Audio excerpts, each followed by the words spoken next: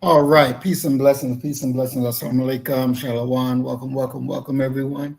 We are back. We are live with our topic today: Black Power Reloaded, mobilizing for autonomy in the 21st century. We already got our people showing up in the house. Peace and blessings, Twin Pyramid. We're glad you're here. Peace, peace. Matt 285, peace and blessings. We're glad you're here. All right, all righty, all righty. And those that are watching but hadn't said anything in the chat, peace and blessings, we are glad you are here as well. Let me get this started up here.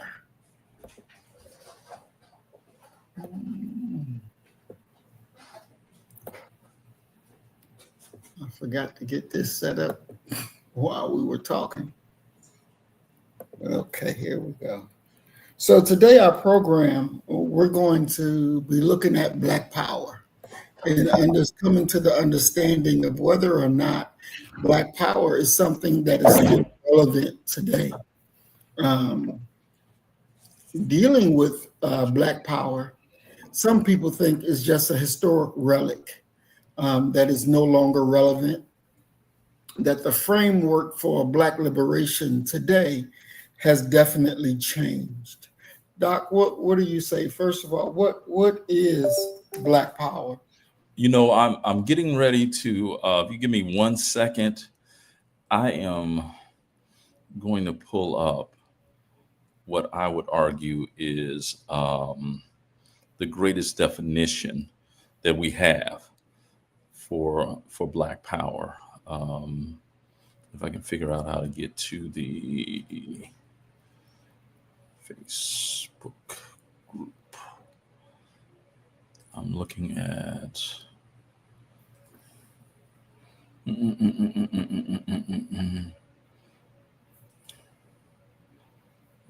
I can't navigate my way there apparently. Let me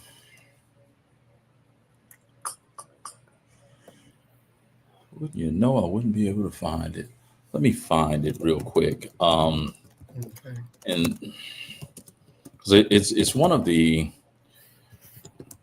greatest definitions of Black Power. I think I got a shortcut to finding it actually.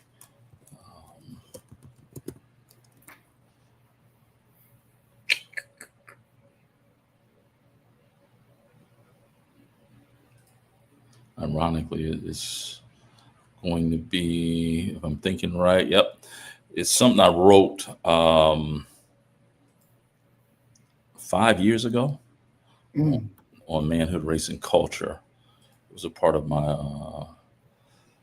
book on the Panthers and my doctoral dissertation. But the definition, and it's kind of, always been the accepted one that Charles V. Hamilton and Stokely Carmichael, Kwame Ture gave out goes as follows. Black Power is concerned with organizing the rage of Black people. Black Power, number one, deals with the obviously growing alienation of Black people and their distrust of the institutions of this society. 2, works to create new values and to build a new sense of community and of belonging.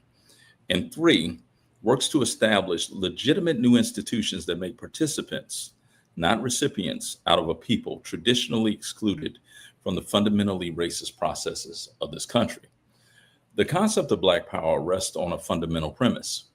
Before a group can enter the open society, it must first close ranks.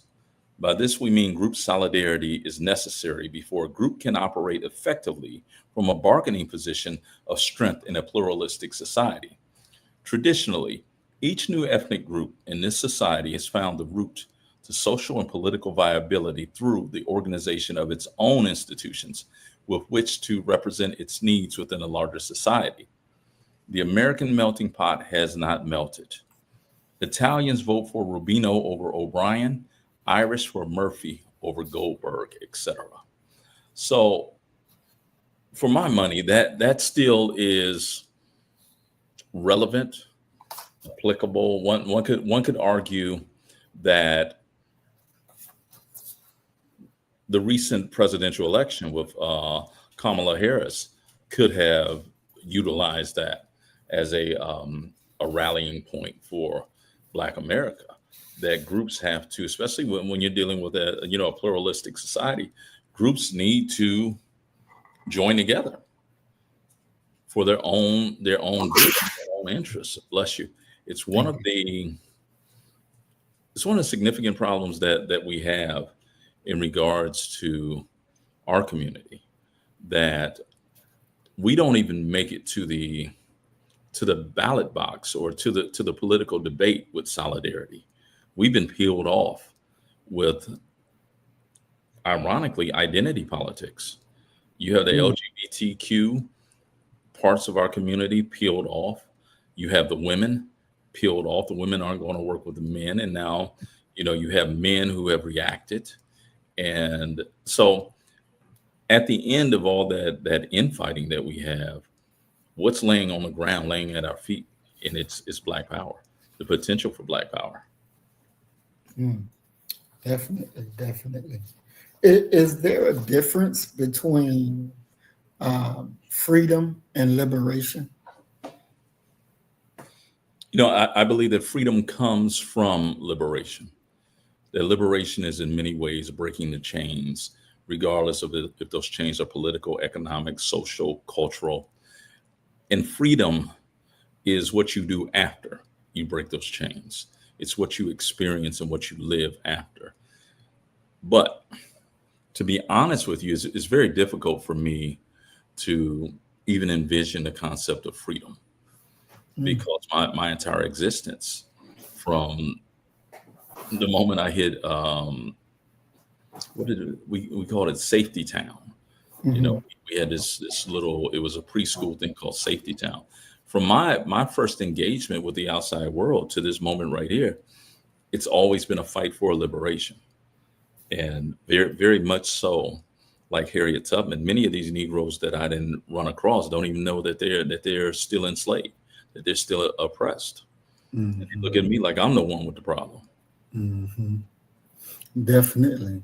I did some studying on the two, and some said that freedom, they gave the example that freedom is you're free from jail. They open the cage and you're walked out. You're freedom. But your liberation is when you're building the things that you need in society. The process. To stay free. Yeah, the process of becoming free, the operationalization of freedom. Because in many ways, when you're talking about the concept of freedom, it's very close to me, very similar to me, to how we'll hear people, if someone is murdered unjustly, we will hear people come out and they'll say, we can look at the Michael Brown thing, we can look at the George Floyd thing. And people, after the trial and after the law enforcement officers are in many ways convicted, they'll say, well, at least we got justice. That's not justice. Justice would be Michael Brown or George Floyd getting out their grave, and this person who took their life, replacing them in the land of the dead. So freedom in many ways is that way. And I believe that when you begin to talk to our people, especially those who do not have many financial resources, they believe that freedom lies in what they have in their pocket. And really all money does is it gives you choices and opportunities. It doesn't give you freedom. And it's one of the things, if you look at many of these Hollywood stars, look at Monique, okay, internationally known, what have you, and she still catches hell from Black and white folk in her industry. So the idea of operationalizing and enjoying freedom is something that the only Black person that I have ever even heard of who could really lay a claim, and this will be ironic, that he was free, is Huey P. Newton. Huey's the only one because he had developed a life system where he didn't work. He had women who took care of him. He had, women who cooked for him. He didn't have any bills because he lived in many ways that loosey goosey 60s counterculture California life. Mm. But But Doc, even in that though, could we really say that he was free because he no, was still in an oppressive system, though? no, he wasn't free. I mean, and that's why I said it's ironic to be able to say that, to use his name, Mm-hmm. because this is a man who was on death row in California. Mm-hmm. Mm-hmm. So no, he wasn't free. He wasn't free at all, despite not having to go to a 9 to 5. Right, right. Why do you think that is not taught about freedom and liberation as we're breaking it down here today?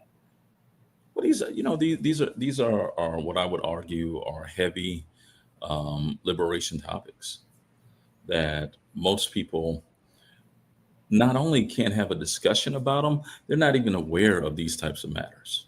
Mm-hmm. And Lupe Fiasco, a great rapper out of Chicago, Lupe has this wonderful song called "Dumb It Down," where he says that's what people have were asking him to do with his lyrical content. I believe that throughout our entire process of so-called educating our youth, we dumb it down.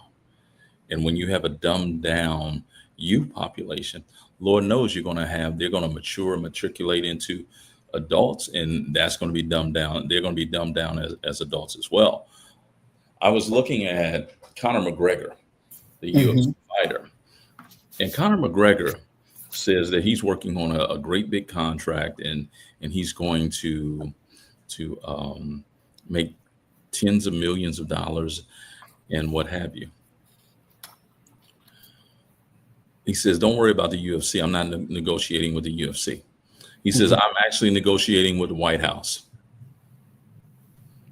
And I think the early tentative plan is to have a UFC event at the White House.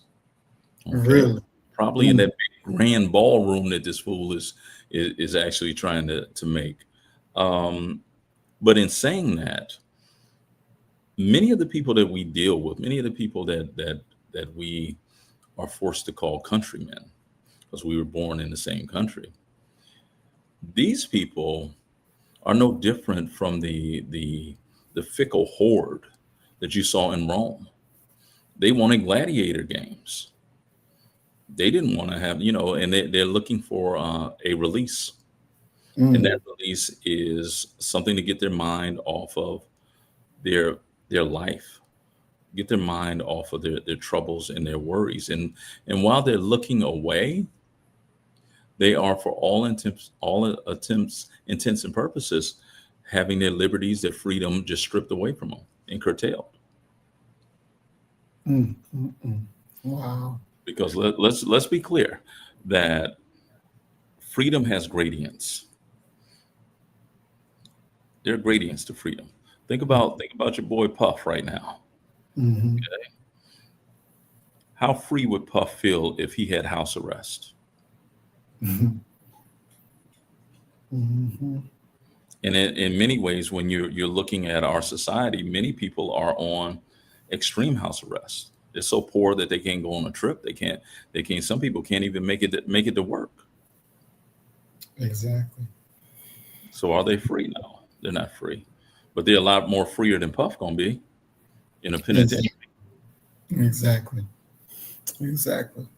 I'm honestly, I'm surprised they only gave him 4 years and 2 months. I thought maybe he was going to get a little bit more than that. When they start talking about the Mann Act, I was like, oh, they're getting ready to Jack Johnson, the brother. Exactly. That Mann Act, boy, they keep that in their back pocket.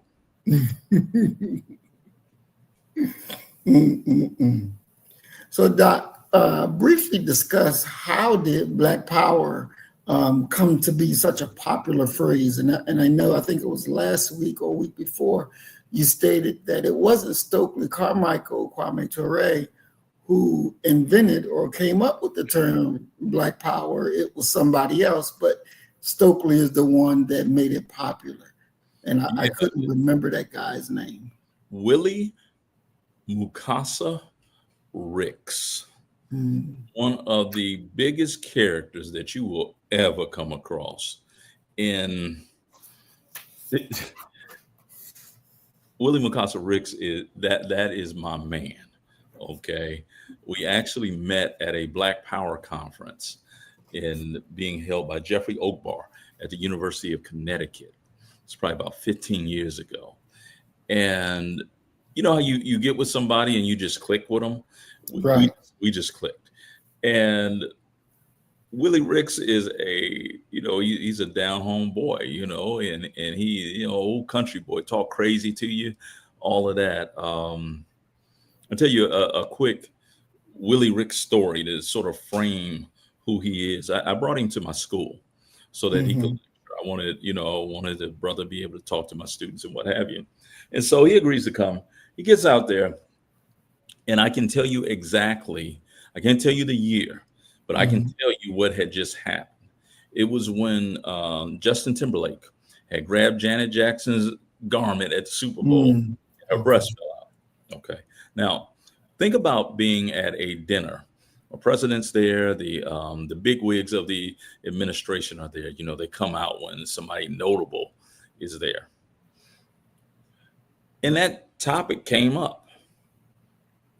And Mm. Willie Ricks said, "I don't know what the big deal was. It wasn't nothing but a black titty. It made my mouth water." I had to kick him under the table. Okay. Mm. And instead of just taking the kick silently, Willie Ricks shouts out, "Man, don't you kick me no more." Okay. So that's who we talking about. Okay. Um, Wow. Mukasa, if I had my hard drive hooked up, I could actually show you some footage of this wild brother. But he's a tremendous person.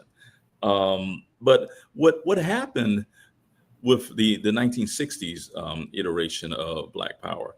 Got to remember that Black folk have been fighting for the idea of integration since, one could argue, 1865, since they went free. Right.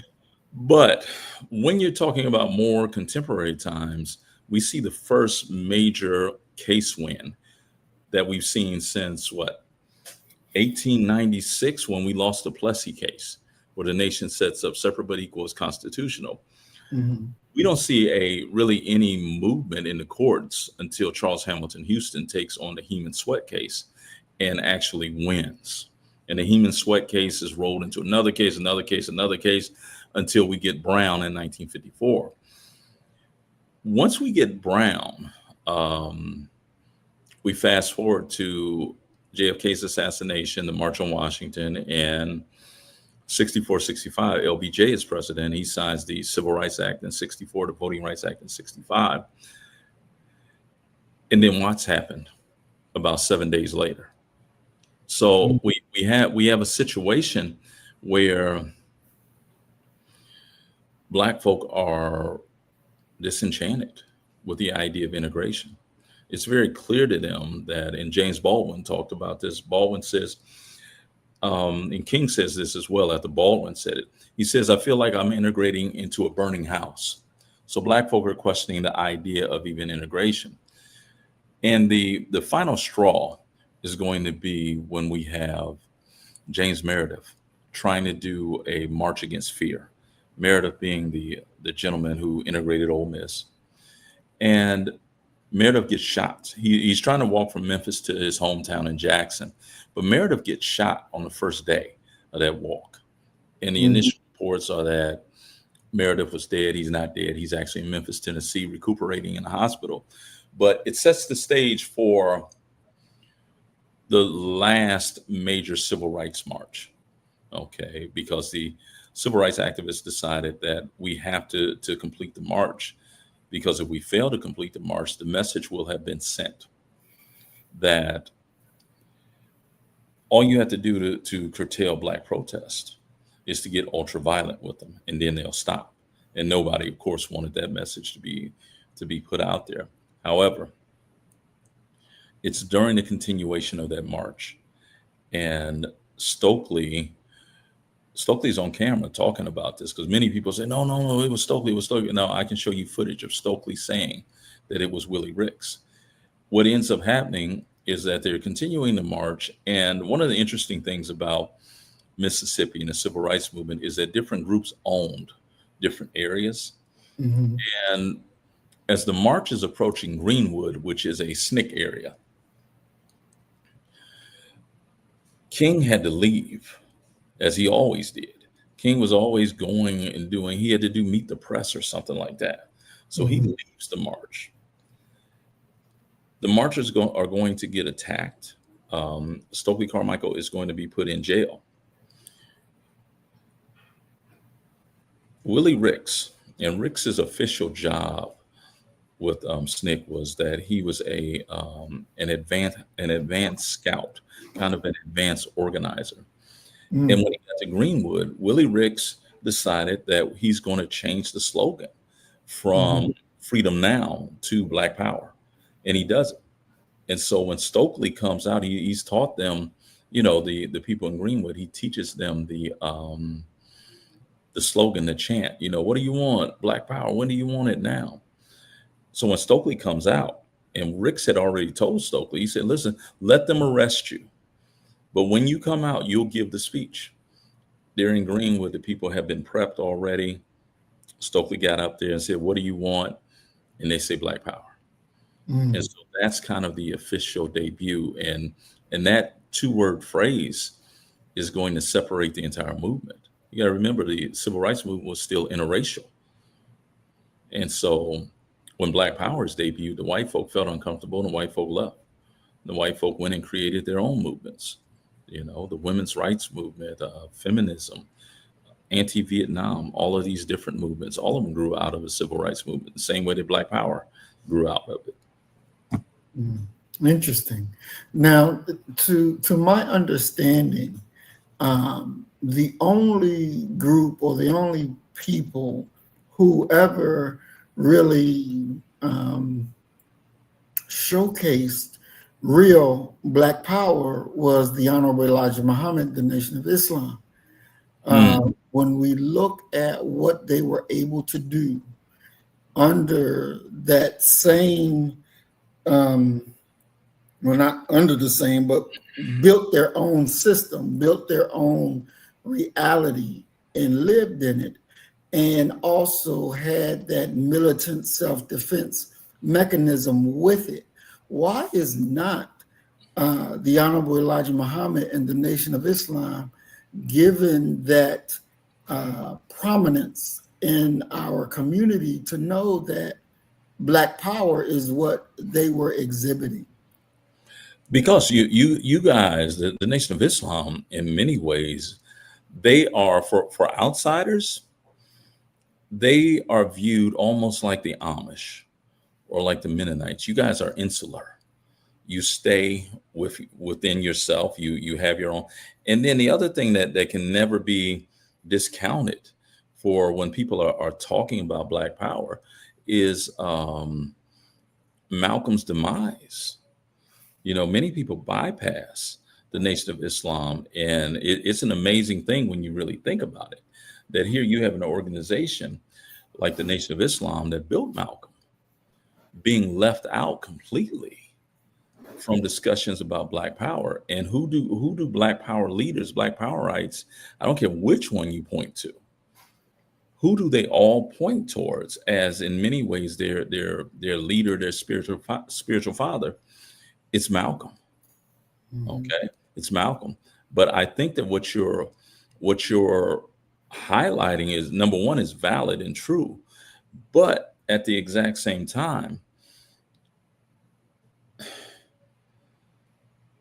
it's it's more about failing to answer that question. And the question is this: after all the rhetoric dies down, after all the emotionalism is peeled away, what do you do now? Because it's easy to get Black folks emotional and to get them, amped up talking about white folk and how wrong they are and this and that. But when you get past that and you begin to talk about institution building, and that's why I put two organizations up there as far as institution building, and they're very different from each other. One is the Nation of Islam, and the other one is the Black Panther Party for Self-Defense, because you're seeing the Panthers create their own school. You're seeing the Panthers in many ways kind of siphon and cordon off, although they're not necessarily creating businesses, they're forcing those businesses to give money to those poor Black folk who have patronized them for decades, if not centuries.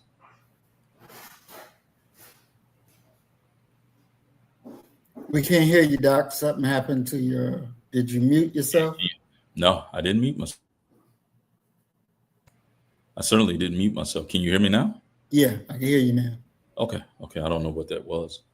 But the two organizations, I ended by saying the two organizations are the Nation of Islam and the Black Panther Party.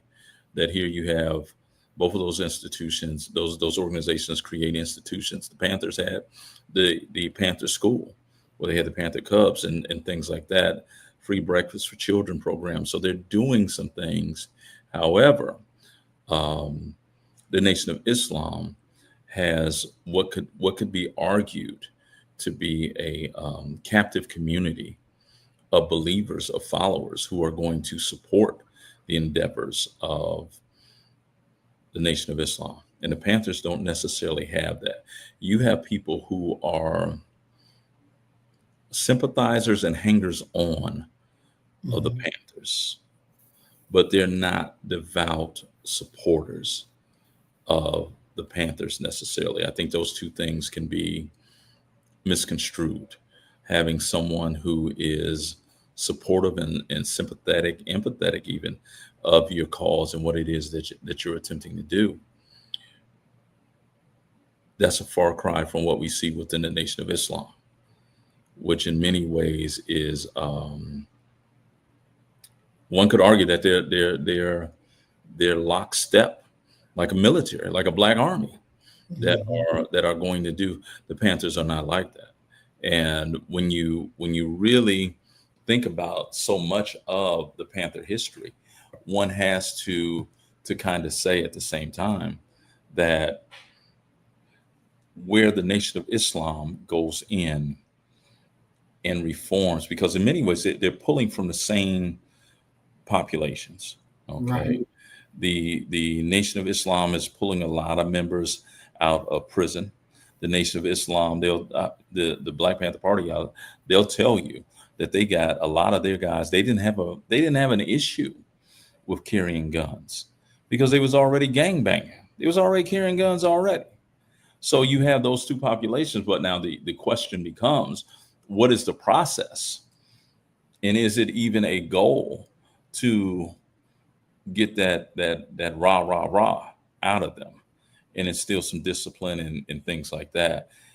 The Nation of Islam would definitely be considered the most successful of any Black organization in regards to doing that, even more successful than the Black church, because the Black church is not reaching out specifically for that demographic. Definitely. And I've been to the National African American Museum in DC. And I have to go back because I ran out of time. I didn't have enough time to see every part of it. But what I learned while I was there, and I saw this as well in the museum in Memphis where Dr. King was killed. Lorraine Motel. Yes, sir. That when were you there? At the Lorraine Motel? Yeah. I was there, I think it was like how many years ago? Maybe 4, 5 years ago. Okay. I got a question. Is that lady still out there? Yeah. She's still out there. She's still out there protesting. That is amazing. Yeah, I actually took a picture with her. Yeah, she was out there. She was out there in like the 70s and 80s. Exactly. She's still out there. She Wow. is still out there. Wow. Yes. Mhm.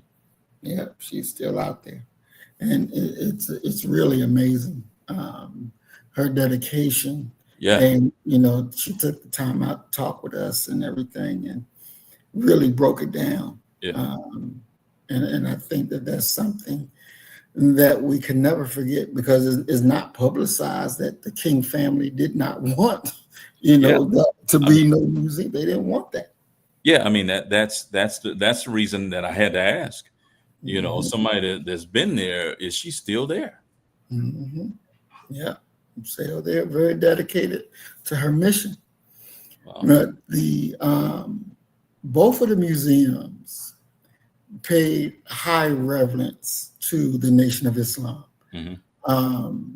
The one in DC went in more detail, but they really shocking for me, because when you think of something that the government is funding, and they put the Honorable Elijah Muhammad, Master Muhammad, Ms. Farrakhan, put them on a pedestal, then it's really shocking. I didn't even expect to really see them, to see the Nation of Islam in either museum, Oh, but when but I saw in both, I was really shocked. yeah, but I think that what we have been blessed with, if we can use that terminology, is a government that just provided money for institutions and what have you, and basically said, look, you got this pot of money, this grant money, what have you. You do, you hire who you need to hire, and you have these curators, these librarians, these public historians who put these exhibits together. We ain't got that no more. You got somebody who feels as if they can let him walk through there and see those things, and in many ways, you know what I'm saying? Exactly. He's gonna go ziggity boo crazy up in there, and you're gonna walk through, and you're gonna be like, man, is Africa? It's gonna be so whitewashed, they ain't gonna even have John Brown in there. Hmm. So that's been a sort of a hidden blessing for presidents who were actually busy doing something versus what we got now. Mm. Your mic keep going out, Doc. See, I can't hear you. Can you hear me now? I can hear you now. Okay. But before that, there was two Okay. sections where I couldn't hear what you were saying. Okay. I don't know what that's about. But it's a blessing. It was a blessing, a unrecognized blessing for us to have presidents who are actually doing something important versus what we got right now. Someone who appears that like they ain't got nothing to do in the world outside of trying, start fires to keep you from talking about, them files. Mm-hmm. Exactly. See, I can't hear you again. Okay, I'm not saying anything right now. I can see your mouth moving, but Oh, okay. hear you. Yeah. Okay. Okay. So now the core tenets of Black Power, would it be racial pride, cultural nationalism, self-determination, autonomy, economic empowerment, and militant self-defense? Would you say that is the core of Black Power? No, you know what? I disagree with that. I mean, I can't. I'm not a cultural nationalist, and that's one of the sticking points I've often had with other nationalist brothers. That I'm not a cultural nationalist. That's not my wheelhouse. That's not how, I've never been a cultural nationalist, and there's a part of me that kind of looks at it as being kind of kooky and not a part of the path to liberation. Okay. And that's where I divert from a lot of brothers. I'm what they would refer to as a revolutionary nationalist who is seeking to change institutions, who is seeking to if nothing else, singing to in every way kind of bring a tangible change to America, Mhm. not just a cultural change where, you know, we go and we celebrate Kwanzaa. Okay, if you want to celebrate Kwanzaa, go ahead. You know, Kuji Chagalia, my brother. Um, Mhm. but as to if that's going to make even a small dent in what we're suffering under, Mhm. I don't believe so. But in the terms of Black Power, when we're talking cultural nationalism, because we don't want to take I'm in agreement with you. I don't want to talk no Coogee Jackalia either. Fuck that bullshit. CIA shit to the side. But our own culture, our own way of being our true selves. So in building Black Power, you have to have your own culture in that mix. What do you think about that? Yeah, yeah, I agree with what you're saying as Mm-hmm. far as that goes. But the idea of forging your own culture and defining your own culture. I was speaking about this a couple of days ago. Far too frequently, it looks as if what Black folk are talking about as far as culture Mm-hmm. is what we see exhibited on YouTube when Mm-hmm. somebody Black gets stopped by the police or somebody Black in Walmart get caught shoplifting and they wow out. Mm-hmm. I Mm-hmm. disagree with that being Black culture. I don't believe that's a personification of Black culture. In the Mm-hmm. same way that I don't believe that this hodgepodge mix of different African cultural traditions and dress and ideas reflects the Black experience. I'm, Mm-hmm. what is a putting on a dashiki going to do for you? Right. You know, and it is, you know, I get trying to develop some ties and some roots to Aki Bulan, but at the Mm-hmm. exact same time, is that going to free you? Is that a part of what's going to free you? And I just argue it's not. Mm-hmm. So in this context, though, of setting up Black Power and understanding the core tenets of it, Hmm. we know we have to be able to create our own culture, how we see things, how we do things. So that part of cultural nationalism, and before let me back up and let's deal with Tranquil's question Hmm. that he asked you first. Where he asked you, what does cultural nationalist mean? Let's let you deal with that first, and then we'll go into Well, my question. when we're talking about people who are cultural nationalists, these are people who have become very steeped in the idea of a lost African tradition, some lost African roots and African ties. And they will go to extreme lengths to go ahead and, in many ways, reestablish, if we can utilize that word, reestablish ties with a distant past that they don't know. It's not rooted in anything specific. It's not rooted in anything that you could go to any land and say, well, yeah, I'm from here. And woody woo woo woo woo woo. So for me, it's dress, it's speech, it's language, it's music, it's culture. Mhm. Okay. Will that culture spill over into liberation? I've never seen it do that. I've seen Black folk be able to create what could best be termed safe spaces for them to come together and have celebrations, to have meals and performances, artsy performances, and what have you. But as to if that's going to, no, it's not going to. So when we're talking about cultural nationalists, we're talking about people who become steeped in those types of things. When we're talking about revolutionary nationalists, we're talking about people who are actively seeking ways and paths to tangibly improve the marginalized position that we've seen our people in for far too long. Okay.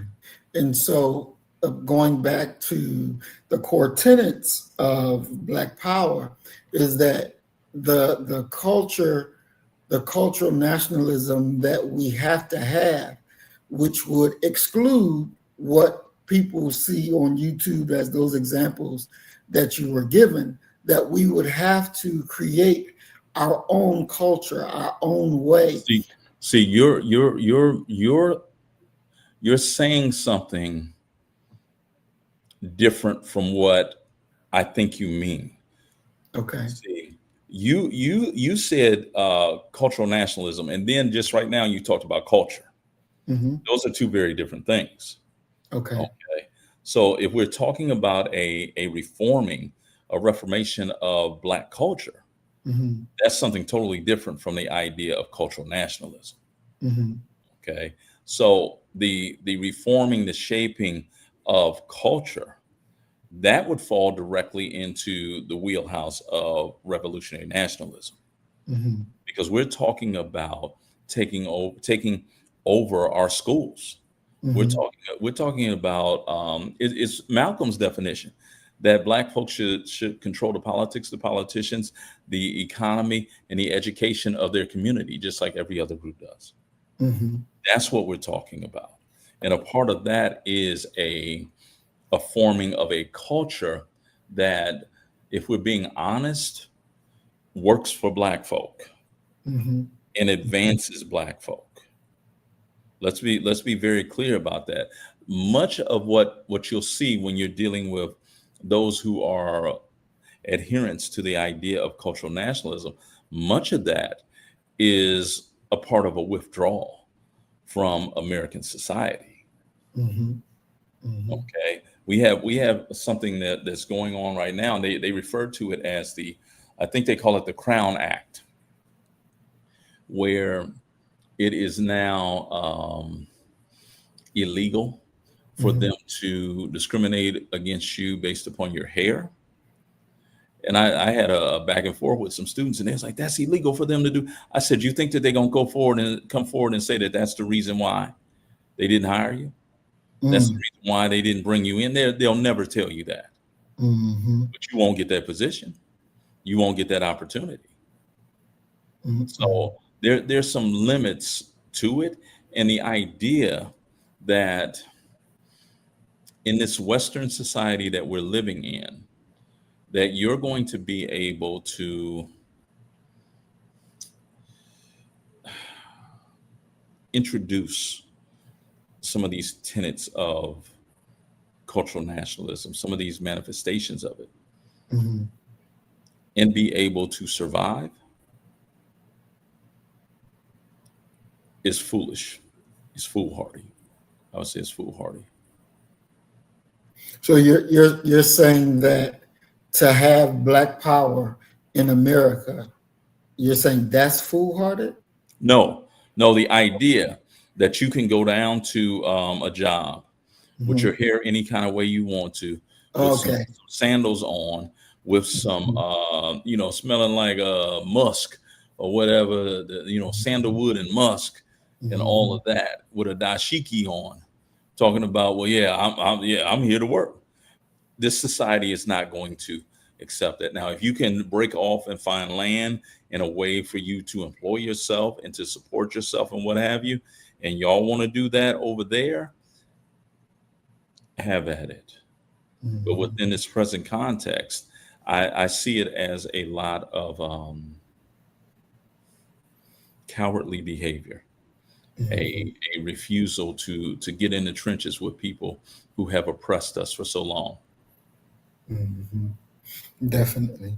So, Doc, there's different movements that use the term power, and it's, for one thing, for me, is, when you hear the KKK yell and screaming white power, is like, what the fuck are you saying? Y'all are in power. Why do you have to scream out this white power?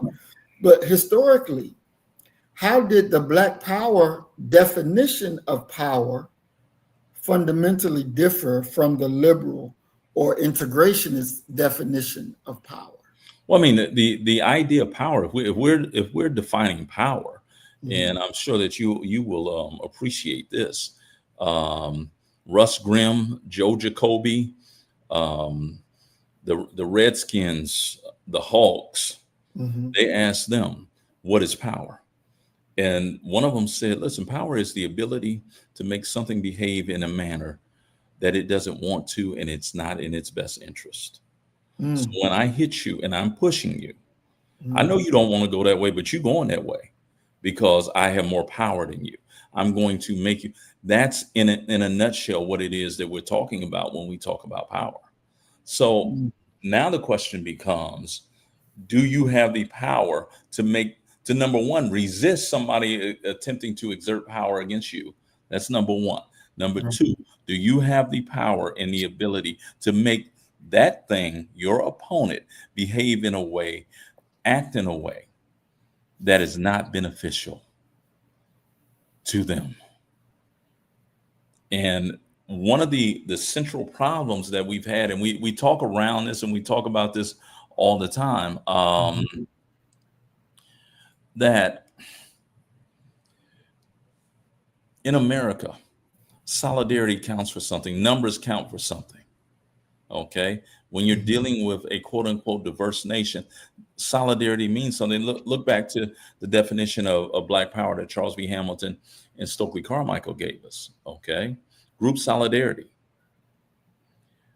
One of the foremost problems and one of the reasons why our discussion of Black Power in regards to Black people has to be so disjointed is that our people couldn't even settle upon what Black Power was.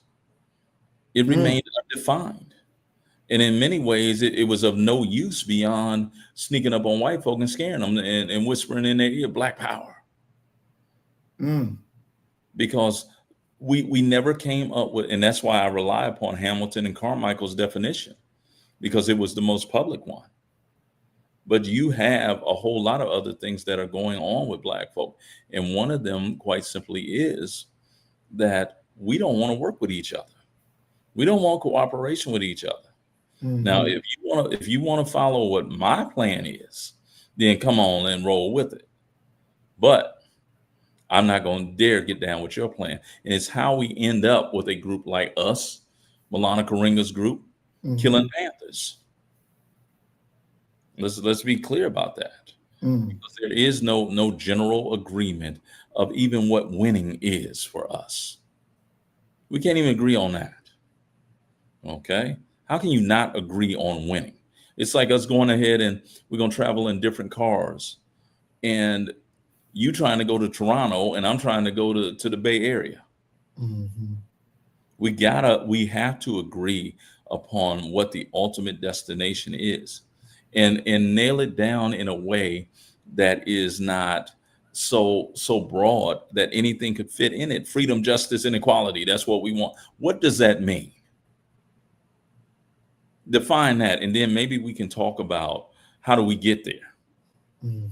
But as long as you're using large, broad terms, that anything it allows people, and I argue that this is in many ways Black folks' favorite activity. They enjoy having mental masturbation sessions, and one could in many ways argue, this shit is fantasy for y'all. I ain't really doing this, And when you mix and when you sprinkle in the fact of the majority of Black folk are white-minded, they don't even love each other. Right.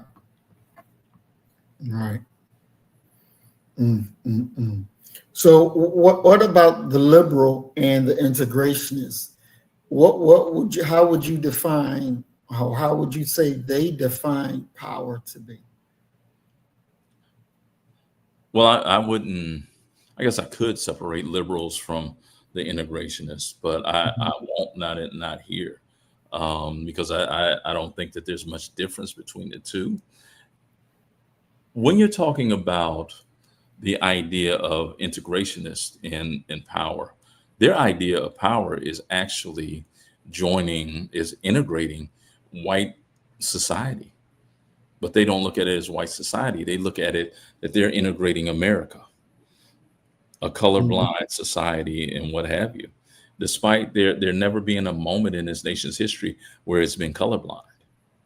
There's never been a moment where one could argue, well, this group, they treated everyone the same as they treated their group. You can't point to that in this nation. You just can't. So their idea of power is actually going to be um, getting jobs and working for white folk. Never with the idea of doing what other groups have done. And that idea of what other groups have actually done is going into other institutions and companies with an understanding, a larger goal. And that larger goal is actually, I'm going to have my own. I'm going to make my own. I'm going to learn what y'all do, how y'all do it. And then I'm going to take this and I'm going to service my community and my people with that. Integrationists are not looking at that. And I've talked about this several times in this space. I want to say it was Time Magazine, but it might have been Newsweek, what have you. And this Mhm. is during the decline of Black Power. This would be the early to mid 1970s. The cover read "The New Black Power," and it had three black men, three gentlemen who were CEOs of Fortune 50 companies. Mhm. And the insinuation was quite simply that the revolutionary nationalist strain of Black Power had failed. And what we were looking at now is Black progress having to come through entering white businesses, white corporations, and what have you. And the best that Black folk could do out of that was to have, if you were a young Black person going into, let's say, IBM, you Mhm. needed to grab a hold to the coattails of someone who looked like they were going to make it up into the executive suite. And hopefully they would take you up that corporate ladder with them. That became Black Power. And you could go ahead and let's be very clear about this. You could make quite a good living working for corporate America. However, you would never own it. So in many ways, you're setting yourself up to be the equivalent of a servant class for corporate America. Wow. So basically, um, the integrationists and the liberal are their idea is to make Black people comfortable as junior partners in a system designed to exploit them. Would Well, that be well, I would I considered? would I would argue that their goal is to make Black folk no different than white folk, because the average white person is not going to own these corporations. They're going in there to work too. It creates the idea, if we're being fair and we're being honest about it, of Mhm. a servant class and a money managing class.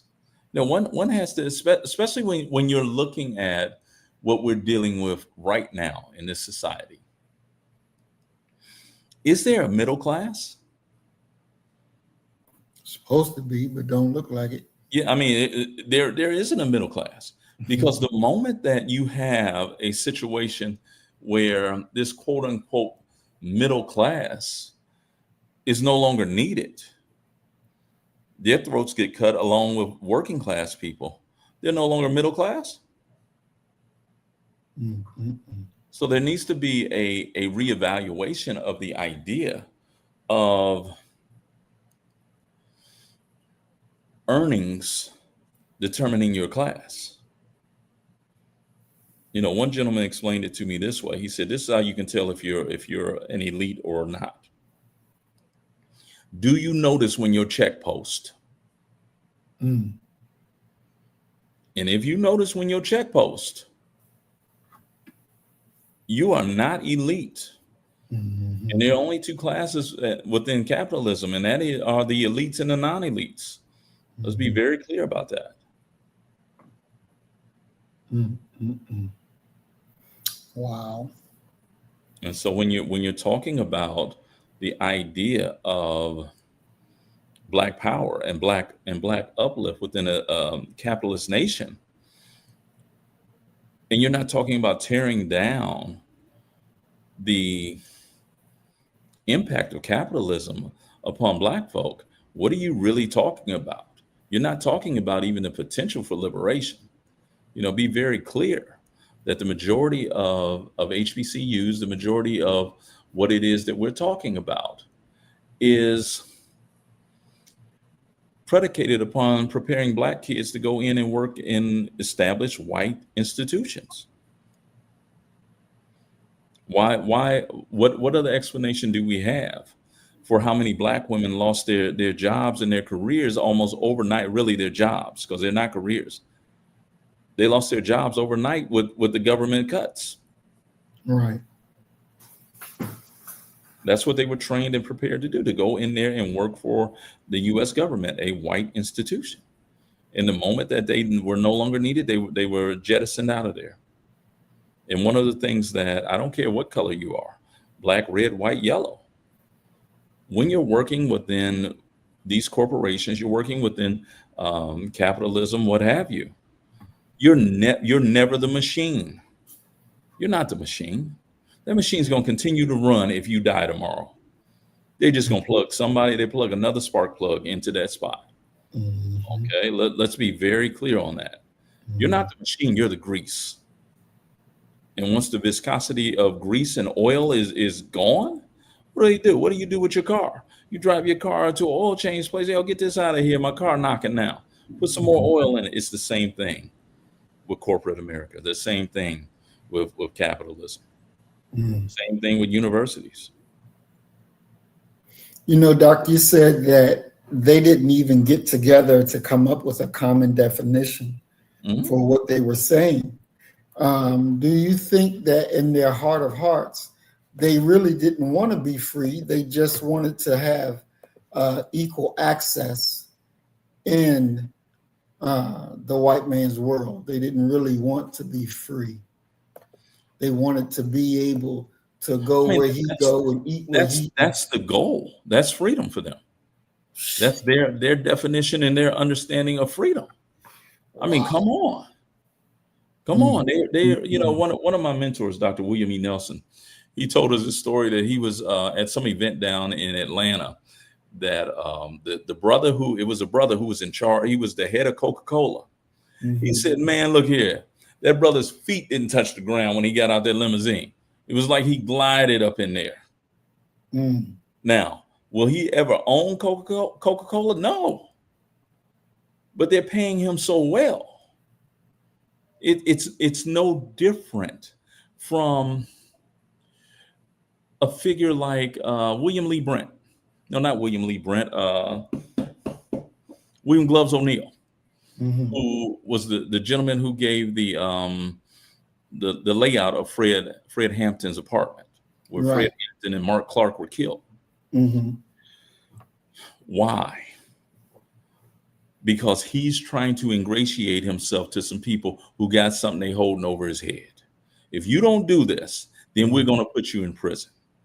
Okay. Karl Marx warned. He said, listen, there are some people out here who are too poor to be loyal.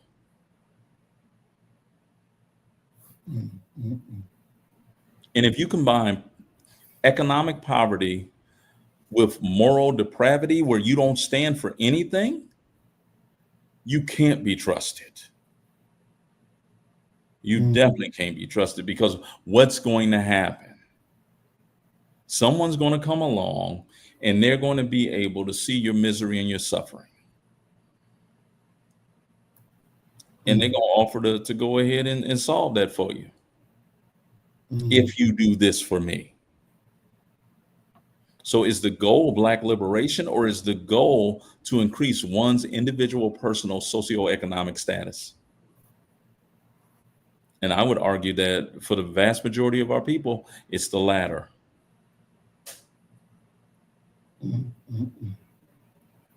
Wow.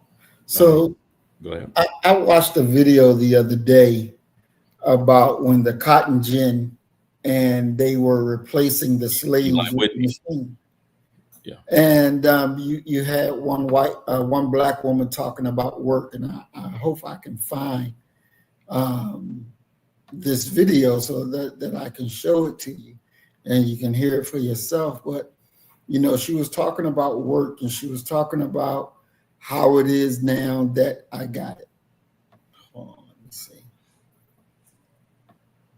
All right. I got it. Because when listening to what you're talking about, clearly for me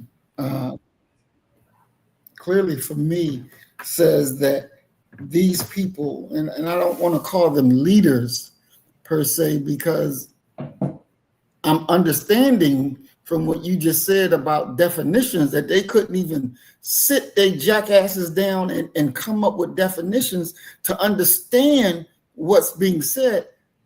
These idiots were not even real leaders. Yeah, but they're from the very beginning.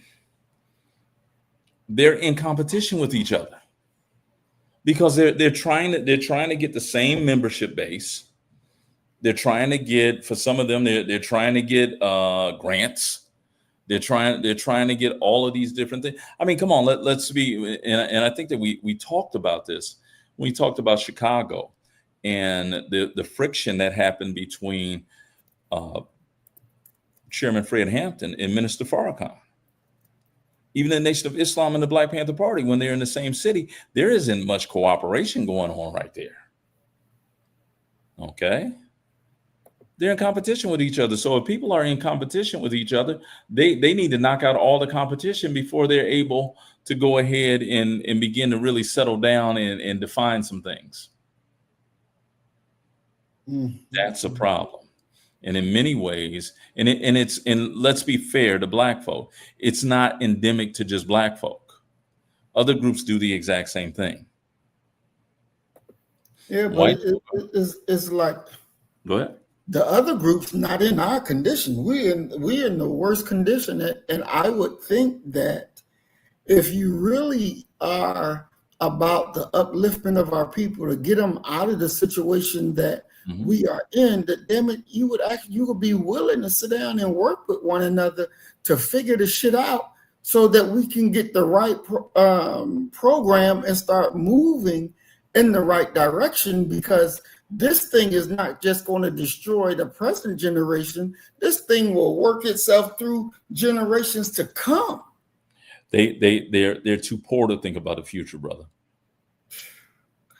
Damn. They're too pressed to think about the future. Think about Kwame Nkrumah. Nkrumah comes back and he's the first Black president of Ghana. Nkrumah told them, he said, Africa is not strong enough to stand on its own.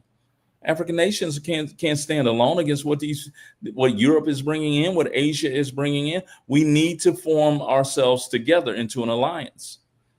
And Nkrumah used the words. He said he's asking for the forming of the United States of Africa. And African leaders laughed and said, yeah, he wants a United States of Africa, but he want to be the president. That's a problem. And that goes directly into your intellectual diet, your psychological state. What do you see when you see other Black folk? And be honest about it. They're not being honest about it. Wow. That really is just ticks me off, man, because it's like we keep setting ourselves back with foolishness time after time after time. We're going to watch this clip right quick and come back and talk about it.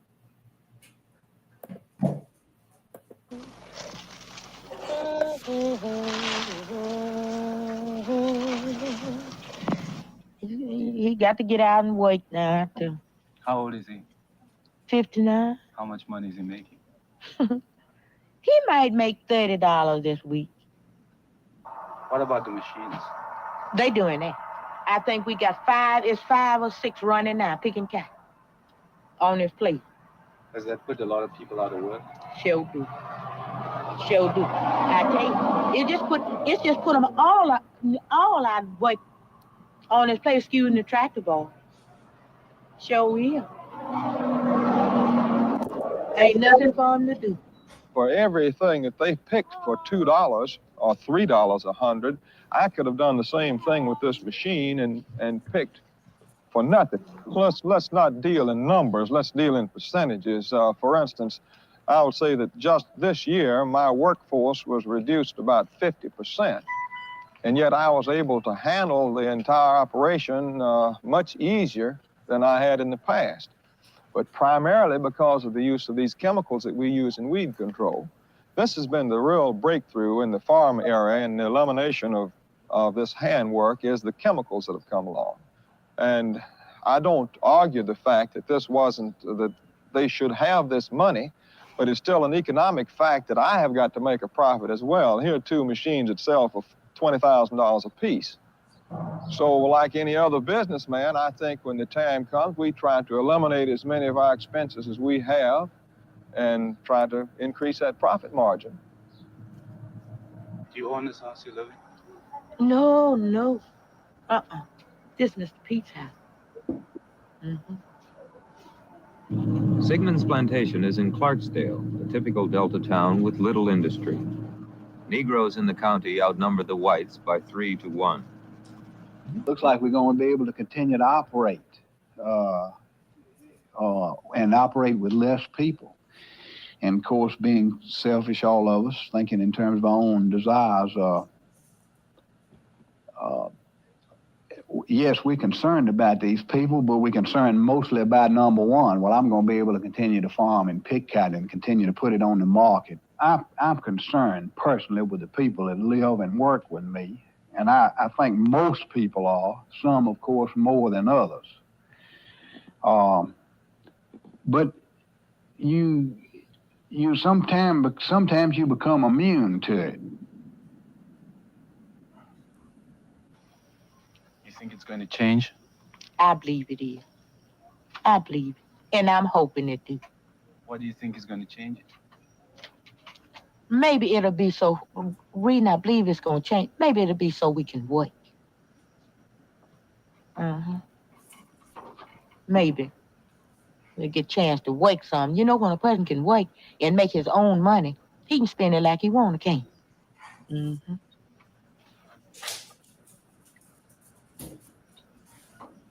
You have a great deal of respect for work. That's the only way you can get anything is work. Ain't it? I done worked and got 55 years old and ain't got nothing, ain't it? That look like it's a fool. Look like it's a fool in working, don't it? I've been working, done got 55 years old and ain't got a thing. The man would come here now and tell me, Helen, get out of my house. I wouldn't have a tent to go put on. Get under to put my children on. Now, it don't look like work's good either. No, it ain't. I done found it out. Look like I ought to be done found it out. The more you work, the less you have. I ain't got nothing. And I ain't working. I'm still getting a little something to eat. I got on pretty good old clothes. So it just don't make no difference. It just don't make sense. Having worked all your life and not having any money at all, does it make you feel Babe. Sure do. You don't know nothing about working, do you? Do you? I work? Do you know anything about cotton? Hard work? Sure is. It's pretty hard. It's pretty hard. And the place I live on, they're not hiring anybody because they said they were going to get the cotton out with the machine. I just don't understand. So, Doc, just looking at that, and, you know, we can understand exactly what she was saying. We understand exactly what she was saying. When she asked the white boy, you don't work? Do you work? Yeah, I work. No, you don't work. She's 55 years old, and she worked all her life and ain't got a pot to piss in or a window to throw it out. Even the house that she live in, she said it ain't her house. I mean, the thing is that we can look at that and say, well, that's so pitiful, and that it's unfortunate, it's sad, and what have you. What has changed? The only real difference that you got is that the majority of black folk ain't going out into a field and picking cotton, but ain't much other than that different. You're just going into a maybe an air conditioned office to work. But other than that, no, there ain't much difference. And my argument is quite simply, we think it's bad now. Look for the next 10 to 20 years when the people who were given 401ks, they're not getting pensions.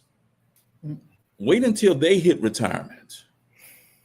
It's going to be stiff competition to be a greeter at Walmart, because you're going to have so many people who have nothing coming in beyond Social Security.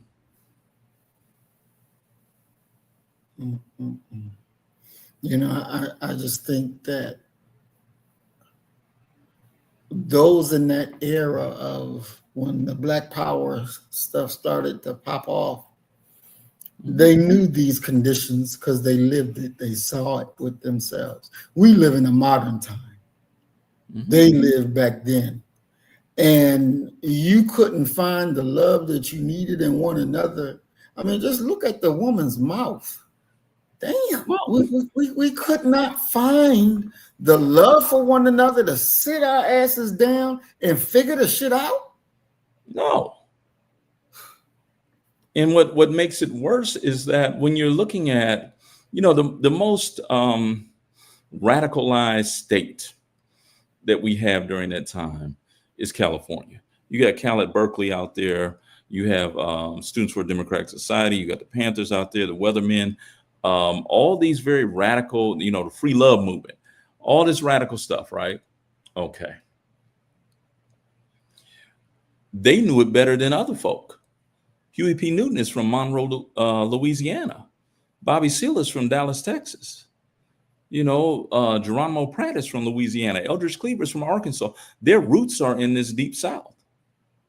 So one has to really kind of say, well, yeah, they knew, but realistically and honestly, what can black folk who are devoid of capital and got even less common sense do for their people? They're trying to ingratiate themselves to white folk. Hire me, bring me in. I know how to act. When you integrate this company, I know you're only gonna hire one, two of us that you're gonna put out in the front window. So when black folk walk by, they can say, "Oh, they hire black folk. Look at her, she up in there." But real power, real sharing, no. And wealthy white folk, wealthy folk in general, and you can go to Africa and look at them as well. They ain't interested in sharing power with even their own kind. They're just not. One of the, I hate to question God and to say that God made a mistake when he made man, but I believe he did.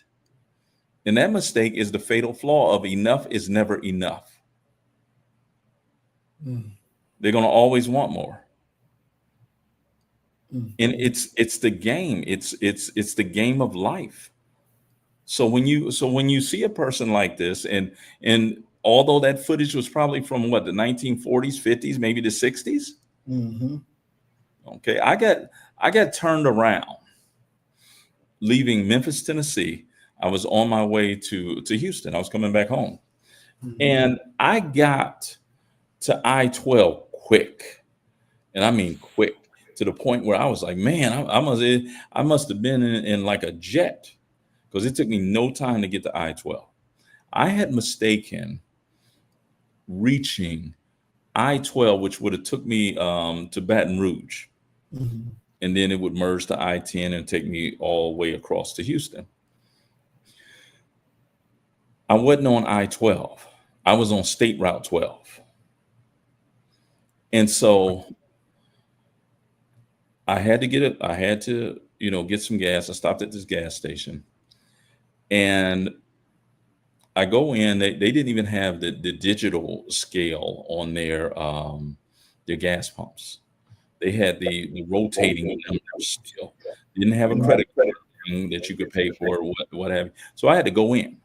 And I go in and I hear these two older white men say to this young brother who looked like he should be playing defensive tackle for the Cowboys, look here. You gonna listen to what I'm telling you or what that nigga done told you? Mm. And the brother lowered his head and said, "You, sir." Okay.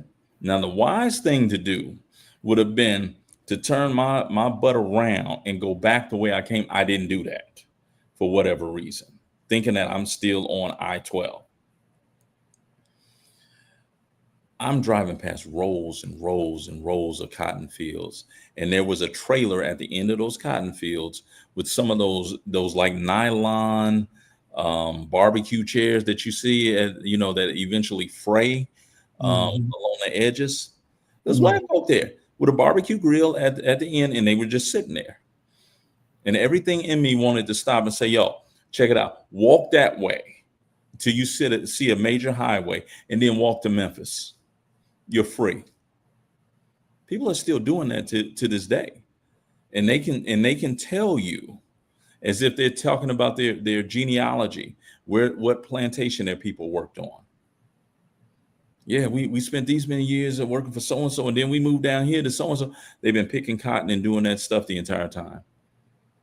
And the unfortunate thing is that they feel as if they are being cheated out of life when mechanization comes. You're not the machine. You're just the grease that oils the machine. And when they no longer need you, they're going to cut you loose. And I don't care if you're picking cotton or if you're working for the United States government.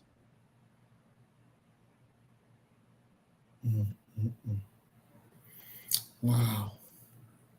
So, Doc, the call for Black Power emerged as a necessary response to integration. And I would guess to say the liberal push for what they called equality. But it had failed by that time. And you have to remember that when you're talking about the civil rights movement and the rush to integrate, you're talking about a largely Southern movement. Okay. The fight to get the vote, the franchise, that's a Southern movement. Black folk who are not in the South are not struggling with the ability to vote. They can vote already. Nobody's obstructing their right to vote. I remember that Richard Hatcher is elected in Gary, Indiana. Who's the brother? Carl Stokes, Cleveland, Ohio. Maynard Jackson, Atlanta. Black folk are voting during that time, unless you're in like the deep South and these little small towns and what have you. But for the brothers who are in Cali, the brothers in New York, in Connecticut, what have you, they realize early on that the civil rights movement ain't really going to deliver them anything. They can already vote. The question becomes, how do you force these white folk to loosen their purse strings and pay us more? How do you get these real estate agents to stop redlining and keeping us within the ghetto? Civil rights movement ain't got nothing for that. And when Dr. King tries to go to Chicago and apply nonviolent civil disobedience in Chicago, they get their ass kicked.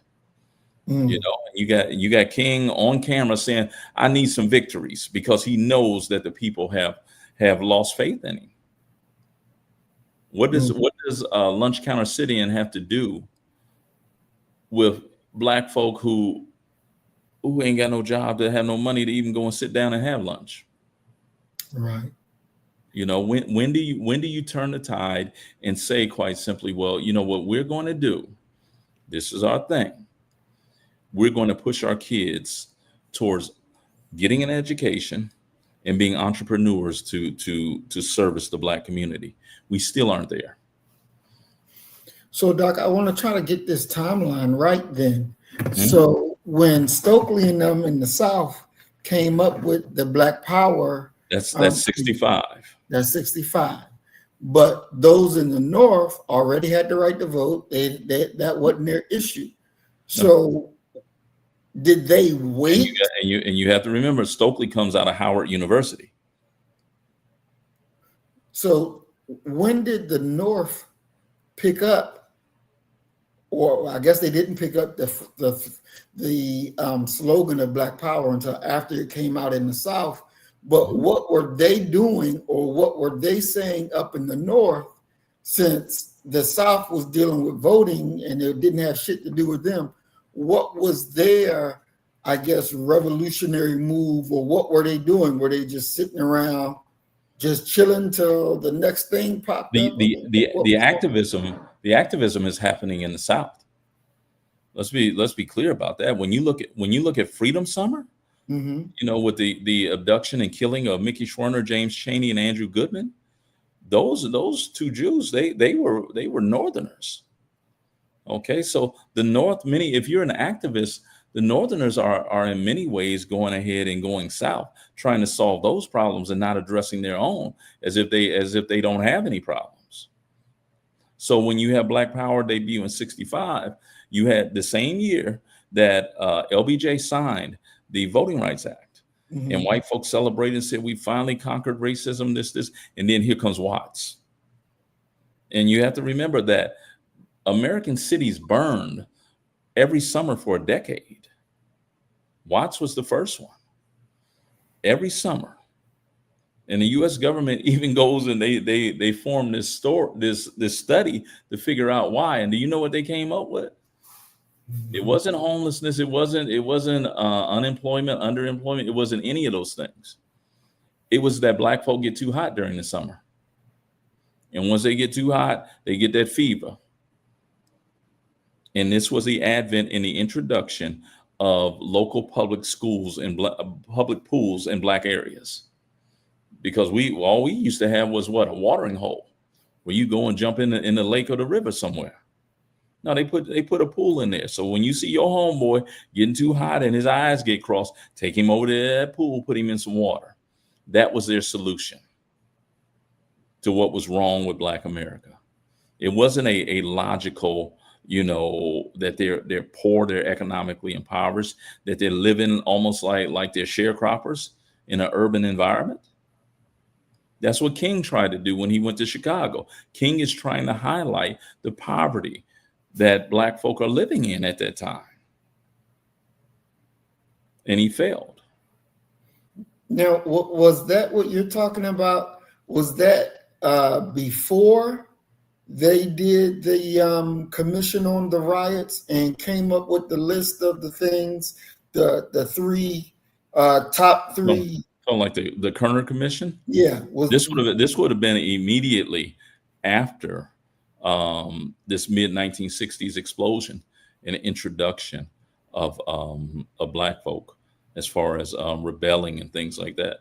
There's really no reason for you to have something like that before the riots start exploding. The biggest thing that you have to worry about when you're dealing with Black folk in urban areas are the riots. And the majority of these riots, especially if you're talking about early civil rights and pre-civil rights, they're coming as a result of white folk going into Black areas and attacking them. Look at the Detroit race riot. That was white folk upset because Black folk, that a black teenage boy had actually offended them swimming at Belle Isle, Lake Michigan. Okay. And he came in because, believe it or not, they had then segregated the water. And they ran a buoy line. The white folks swam on the left side, Black folk on the right side. He came up on the wrong side. They began to throw bricks and bottles. One of them hit that brother in the head, killed him. And then white folk went into Black Detroit and burned it down.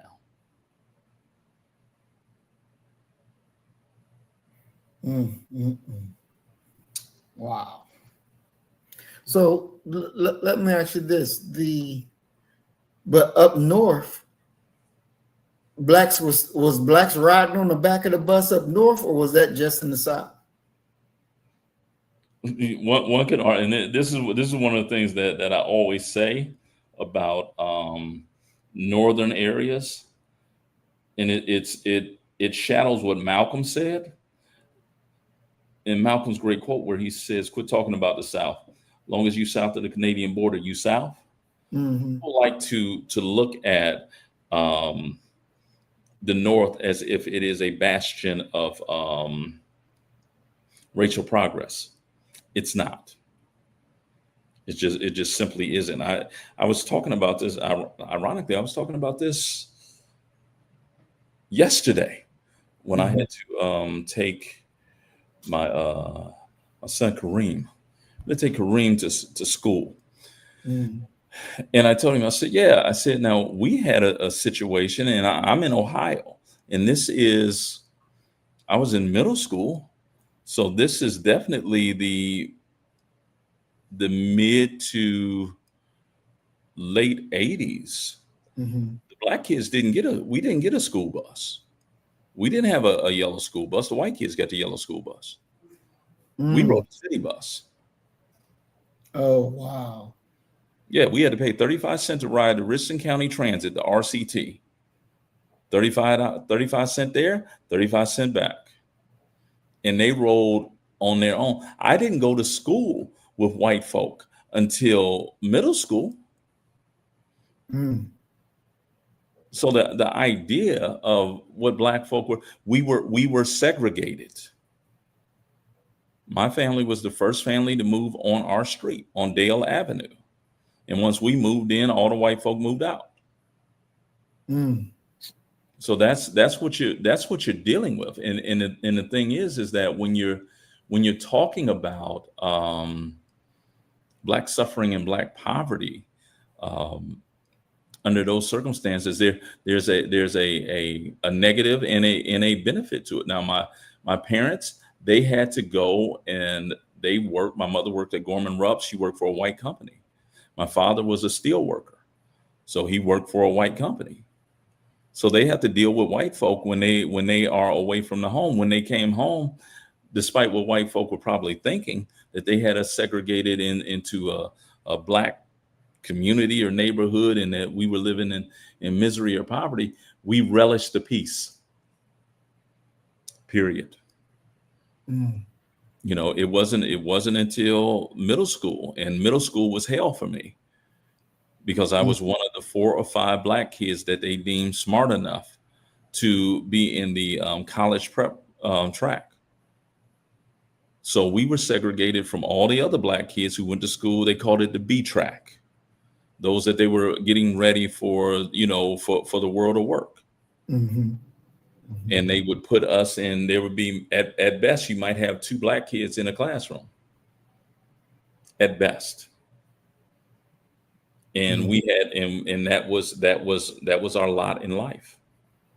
Okay. That was our lot in life. That's what and every morning you had to get yourself together because you rode on that city bus to that school. But once that initial bell happened, you didn't see no other black folk. It was just you. 6th grade, I had 1 black teacher. 7th grade, I had 1 black teacher. Mm. The rest of my day was totally white. So it's a different type of situation going on. You may not have, we didn't have to sit in the back of the bus, but the back of the bus was where we ended up congregating because we wanted a reprieve from having to deal with them all day. Mm.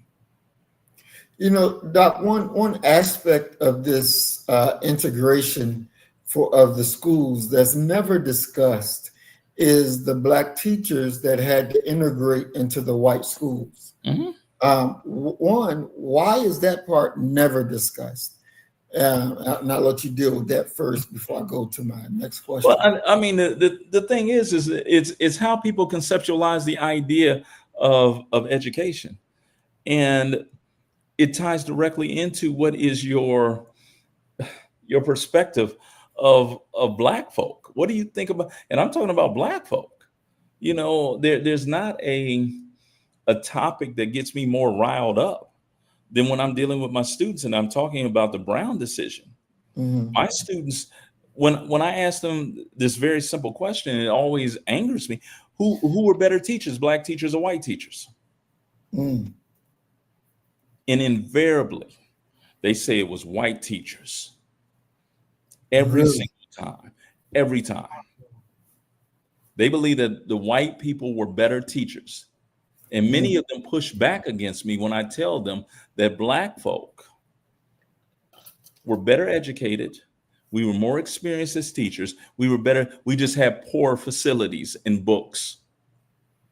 But the single greatest determiner of a student's ability to learn is dictated by the person who's at the front of that classroom, period. There ain't no debating about it, ain't any of that. Okay? White women only taught when they couldn't find a husband. Every race got some mud puppies. And when you went off to college, because that's what they sent their daughters off to college to get. They went off to get an MRS. They went off to get married. They didn't go off to get a education. You ever seen the movie Mona Lisa Smile? I heard about it, but I don't think I've ever seen it. You should watch it. It's about a white school teacher who goes off to a private school to teach. And she finds that the girls there have no interest at all in learning, that they're trying to get married. It's just who they are and what it is. There's no getting around that. Okay. And for those who were not able to find a husband in year 1 or year 2, you would have to go somewhere and teach. But the moment that you got married, they pulled you out of the classroom because you were now sexually active. And a part of the white educational tradition has always been that teachers have slept with students. You know, me and my mother, we used to play this game. She would be in the kitchen. I would be in the living room, laying on the couch, news on. And depending upon what the description of the crime was, she would scream out black crime or white crime. Okay. And it was a game. We played the game Monday through Friday. Whenever news came on, we would play this game. Let's do it. Let's do it here. Okay. Man walks up into a bank with a shotgun and robs a bank. White folks. You think that's white folk? Okay. All right. Man is caught with crack cocaine in his pocket. Black folks. Okay. School teacher found sleeping with a middle school student. White folks. Because black women ain't gonna risk their career behind some little young boy. So when you're talking about the idea of education, our teachers were better educated. They had more experience. They had to have that because you're trying to keep a job. And when you talk about the process of integration, one of the things that we never talk about is that even with students going from school to school, black teachers had to go from school to school. And it is a given that they do not care. Okay. If you are a black man, a principal, vice principal, or even a teacher, when integration comes, you're going to be out of a job because they're not going to allow you to have any power over white girls. Because in their mind and their understanding of racial dynamics, every black man wants is a white woman. Right. And so they prevented that. And so you have a very weird situation where black folk are being displaced within their own community and their own educational institutions. You're not going to have black principals anymore. They got white folk to handle that. And that's going to dictate and determine what it is that your children are going to study and what they are going to learn. Make no mistake about it. It's who they are. You know, I remember when I was in elementary school and we had one black teacher there, Miss Perry. And, you know, all of us black children, you know, we had no white children in school, but it was filled with white teachers. But all of us wanted to be in Miss Perry's classroom because it was Miss Perry's classroom to be there that it was fun. And I remember only in her classroom, if the class showed out or did something they had no business, she would have a stack of rulers tied together, and she'll make the whole class get in line. And the first person in the beginning of the line, they get a little tap. You know, it wasn't hard and nothing. But as she got going down, you know, the further down to the end you were, the harder the lick got. Now, the white teachers never did nothing like that. They never hit us or anything. Miss Perry was the only one that would do that. But we all loved Miss Perry. Mhm. We all wanted to be in her classroom. And I remember she say when class is getting a little ruckus, she would say, "Don't make me put on my gorilla suit. You don't want me to put on my gorilla suit." And we were like, "We don't want you to put on your gorilla suit," you know. So for us, it was like something special if you was in Miss Perry's class versus being in the rest with the other white teachers. And that was elementary school, middle school. When I finally got to high school, then there was a kind of balancing out between black and white teachers, but elementary and middle, majority white teachers. And it was something special to be in a black teacher's classroom. Now, from a child who don't know shit about race, don't know nothing about racism, don't know nothing, but why is it that we knew we wanted to be in Miss Perry's class as elementary children? Why did we want that? Even knowing that if the class got in trouble, she'd pull out them rulers and we'll get a whack. Why did we still want to be in her class? I think you're shortchanging yourself in regards to not having any understanding of race or racism. You identified with that teacher the same way that I identified with Mr. Roberson, my seventh grade teacher. Miss Jones, who was my sixth grade teacher. I hated Miss Jones. Okay. And when I tell you I hated Miss Jones, brother, I hated Miss Jones. Okay. I was the only black student in Miss Jones's class. Okay. I'm left-handed. And you remember, at least I wasn't like my uncle AC them, where they considered that a sign of the devil and forced him to learn how to write with his right hand. Okay. They at least let me try to use my left hand. Man, my handwriting's horrible. Okay. To the point where, you know, the world is set up for right-handed people. When you think about a notebook, the spiral is on the left hand, on the left side. So think about a left-handed person trying to write over that spiral hump. It's not going to look good. Miss Jones, I'm in the sixth grade. Miss Jones would return my work and have written in red letters across the whole body of it, "This is not college level work." I'm in the sixth grade, Miss Jones. What do you mean it's not college level work? Okay.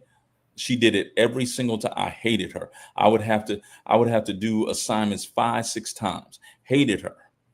Okay. To show you, you know, I think I talked about this before in this space, how much I hated her. That at Sunday school, when they asked, you know, my Sunday school teacher was Garen Tate. And Garen Tate would ask us, did we have any petitions for the Lord, anything that was pressing in our life, you know, that we need to pray about? I finally spoke up and I said, yeah, I got something. Okay. And he said, well, bring it before the Lord, you know, let the Lord know. I asked God to kill Miss Tate before our class on Monday. Go ahead and take her up out of here, Lord. Okay. Because she ain't right. She ain't one of your children, Lord. Okay.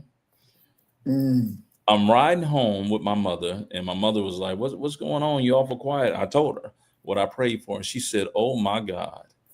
She said, do you know what a maiden name is? And I said, nope. She said, a maiden name is a woman's name before she gets married. Now, my maiden name was Young. Miss Jones's maiden name is Tate. And I said, oh, okay. She said, you still don't get it, do you? And I said, apparently not. She said, okay, your Sunday school teacher, guaranteed, is Miss Jones's brother. Mm. Okay. I go to school on Monday, and Miss Tate looked me in the eye, smiled, and said, God don't answer all prayers, does he? Okay. So it's one of those that we had it different. You know, how many black kids did you have in your class? All of them was black. See, now by the time elementary school it was like that, but by middle school, oh no, there was only a handful, and to this day I can still name them. Me, Stephanie Martin, Coretta Jones, James Banks, Mike Drayton. I can still name them. You know, and whenever we talk, it always comes up. Yeah, you remember when we was the chosen ones, and basically in every way harassed the entire time. Yeah.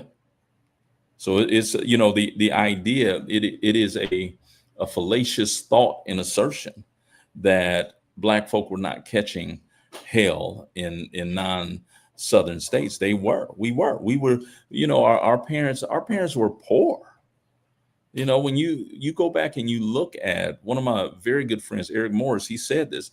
He said, man, I'm filling out my financial aid form. And I looked at how much my parents netted. And he said, I went back and told him, no, I need y'all numbers for the whole year. And he said, this is the whole year. What are you talking about? Different type of suffering. And when you really break that down, and this is to go back to the idea of sitting down and working something out, what's there to work out? Because you're going to need some capital, some startup capital to make anything happen. And who you going to get that startup capital from? White folk ain't gonna give you no loan to start no business, not at all. And one could argue white folk ain't gonna give poor or ordinary white folk a loan either to start no business. A lot of these businesses that we're seeing are inherited. You know, you look at the Kennedys and Camelot and all of that. Right. Papa Joe was a bootlegger. He sold the crack cocaine of his day, alcohol. So the idea of pulling yourself up by your bootstraps, how many Americans have done that? Let's just be honest and fair about it. And who has the luxury and the opportunity to do that? You know, I'm dealing right now with my son being in college. I don't want him to go through like I did. Right.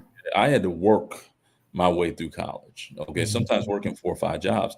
I want him to have the college experience, to be able to enjoy him, to join a frat if you want to join. You know, that's the natural maturation from first generation to second, I would argue. Okay. You need knowledge, you need access to capital, you need someone whose shoulders you are standing on, and that person's whose shoulders you're standing on, it has to be has to be strong enough economically to not be bothered by you standing on their shoulders. And if you don't have that, you're going to be compromised.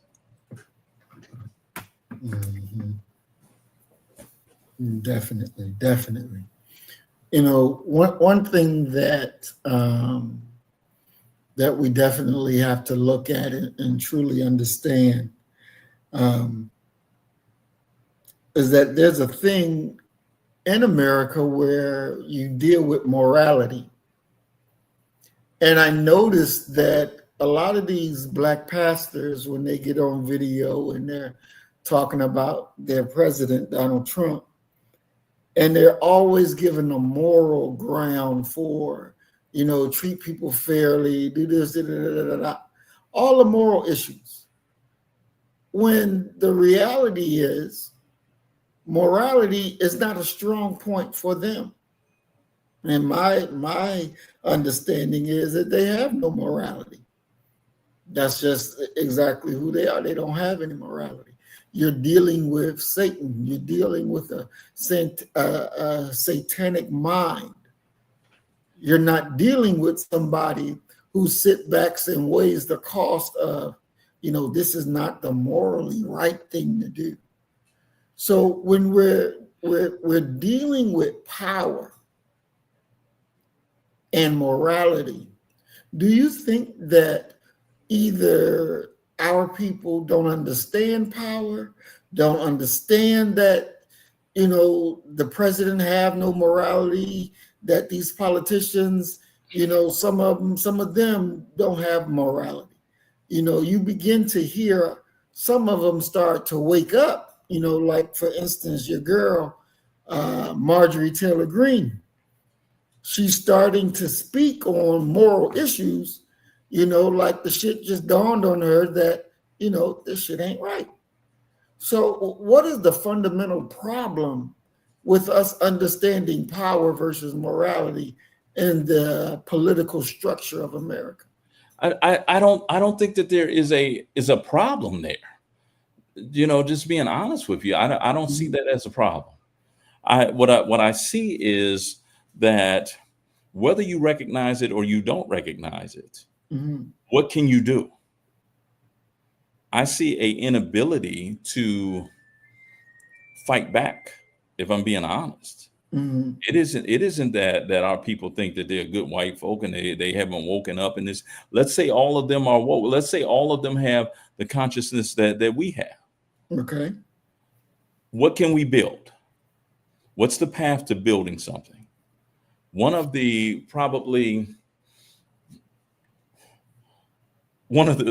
things that, and I think about these things from time to time because I'm kind of lecturing about some of them.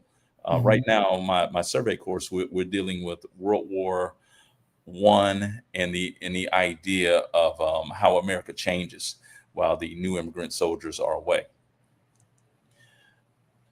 And I told him, I said, who is probably the most important black man in Harlem during this time? And they're like, who? I said, it's Ellsworth Bumpy Johnson, a gangster. Somebody that's involved in prostitution, numbers running, selling alcohol, weed, all of those things. And they're like, well, it seems to me that he would be someone we want to run out of the community. I said, okay, let's say that your grandmother, my dear, she goes ahead and dies. And that white insurance company says, well, we ain't paying this. Same way that with Malcolm's father, with Earl Little. How you gonna get him? How you gonna get her in the ground? White folk ain't gonna give you no loan to bury no black body. Are you crazy? You better leave him out there and let the buzzards pick at him. You gotta go to Bumpy. You gotta go and you gotta go ask him for a loan. Now you gotta pay him back. But that's your only option.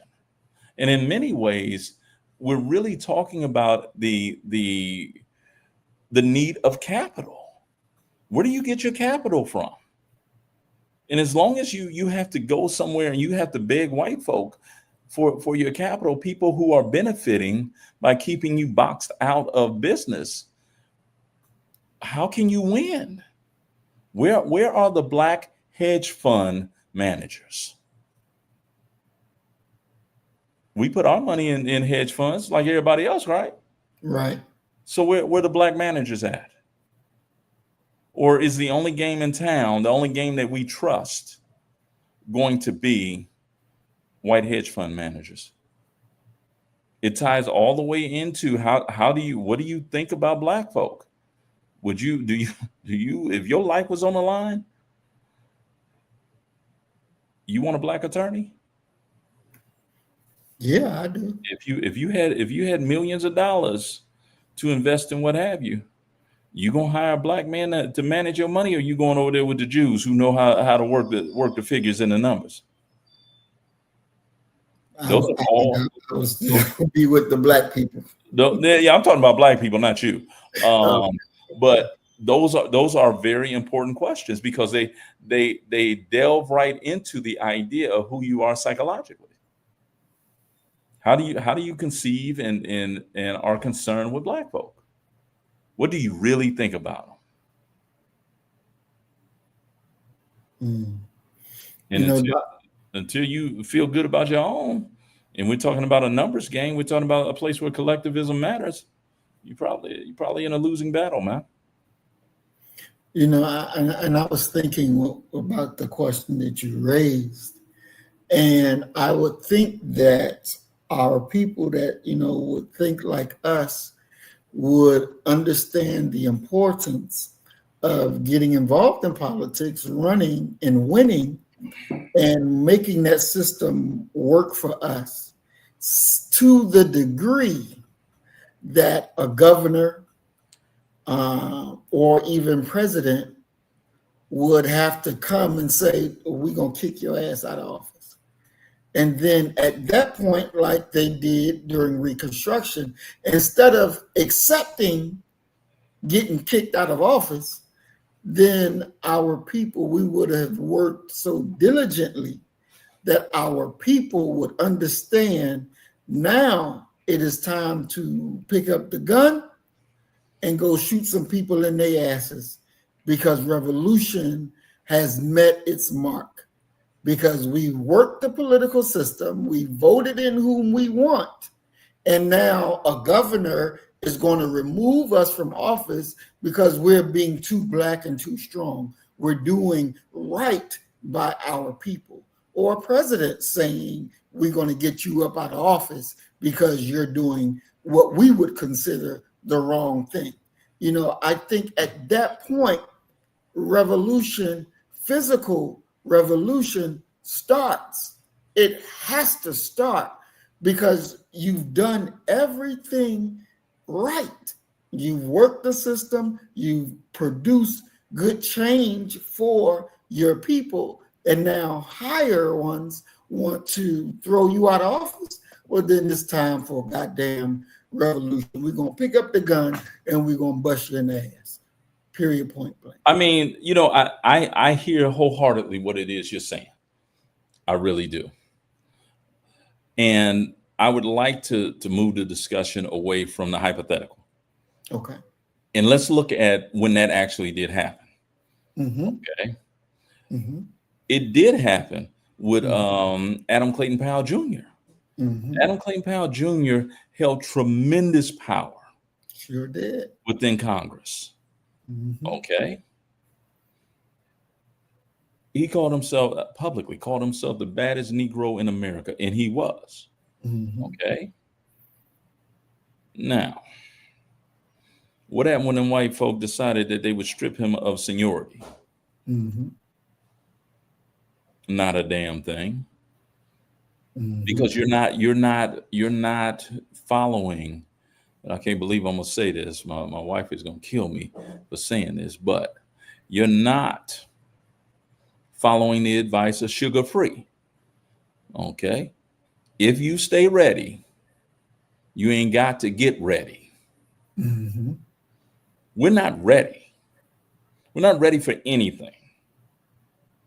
Even if a killing occurs of somebody that I don't know, that we love and we want to, to go out and mourn or what have you, but we got to rally ourselves together to do that. Let something happen to somebody that look, you know the name. Mm. You know the name of who the boogeyman. The name is like Candyman to professors and public figures. Okay, that was recently, killed. Okay, was shot in the neck. Mm-hmm. That day, go ahead and say something negative. Mm-hmm. Because they're already locked and loaded for you. Mm-hmm. Go ahead. Where's our response like that? Where's the response on the left like that? It doesn't exist. Okay, they ready. Okay, they ain't got to get ready. They are ready, and they are ready to do what they need to do to address you and to kill you. Period. So, in many ways, What did Black America do when Adam Clayton Powell Jr. was stripped? Right. Nothing. Nothing. Absolutely, positively nothing. Mhm. And let's take that real event one step further. What could they have done? And those are the discussions that we avoid. What could they have done? You go out and kill a couple white folk. What's that gonna do?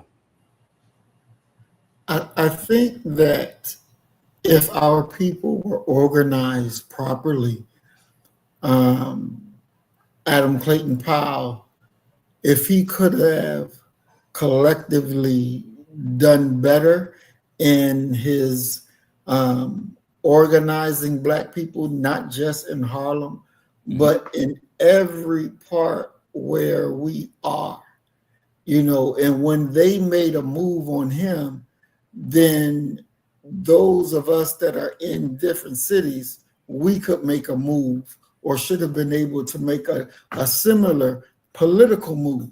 And this is the thing, Doc, is that we are not organized. We're not in a manner of thinking that we're literally at war.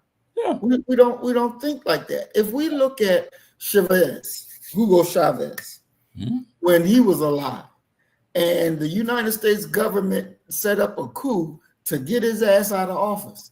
Now, they cooled his ass, got his ass out, but when the regular common man and woman in Venezuela found out what happened to their president, they said, bring our president back or we're going to kill all y'all. And what happened?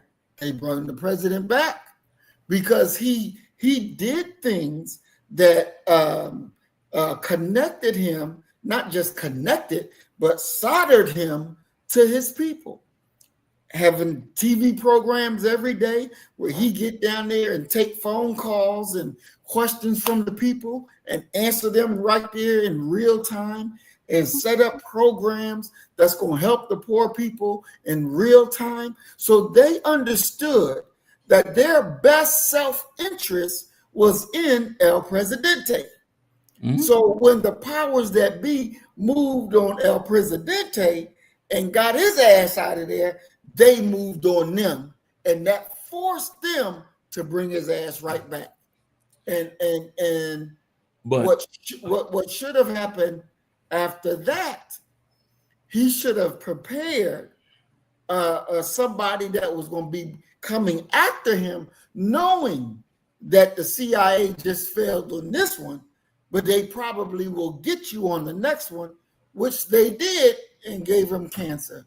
And now he's gone, and Venezuela is in the condition that it is right now, and Trump is actively at war with the Venezuelan nation. I hear you. But you jumped over a whole lot of things that we ain't got. How can Black folk outside of Minister Farrakhan, name me a Black leader that can communicate with his people that doesn't involve white telecommunications? There isn't any. Okay. So you don't have the ability to even speak to your people independently. Okay. You don't have the ability to therefore ingratiate yourself to your people. Okay. The people who are the people that they're for many people, not all, but for many people, their affinity is for reality show and social media stars. That's Right. even who they're listening to. Exactly. Look at who they follow. One of my students said something that I literally had to stop, and I had to say, "Are you for real?"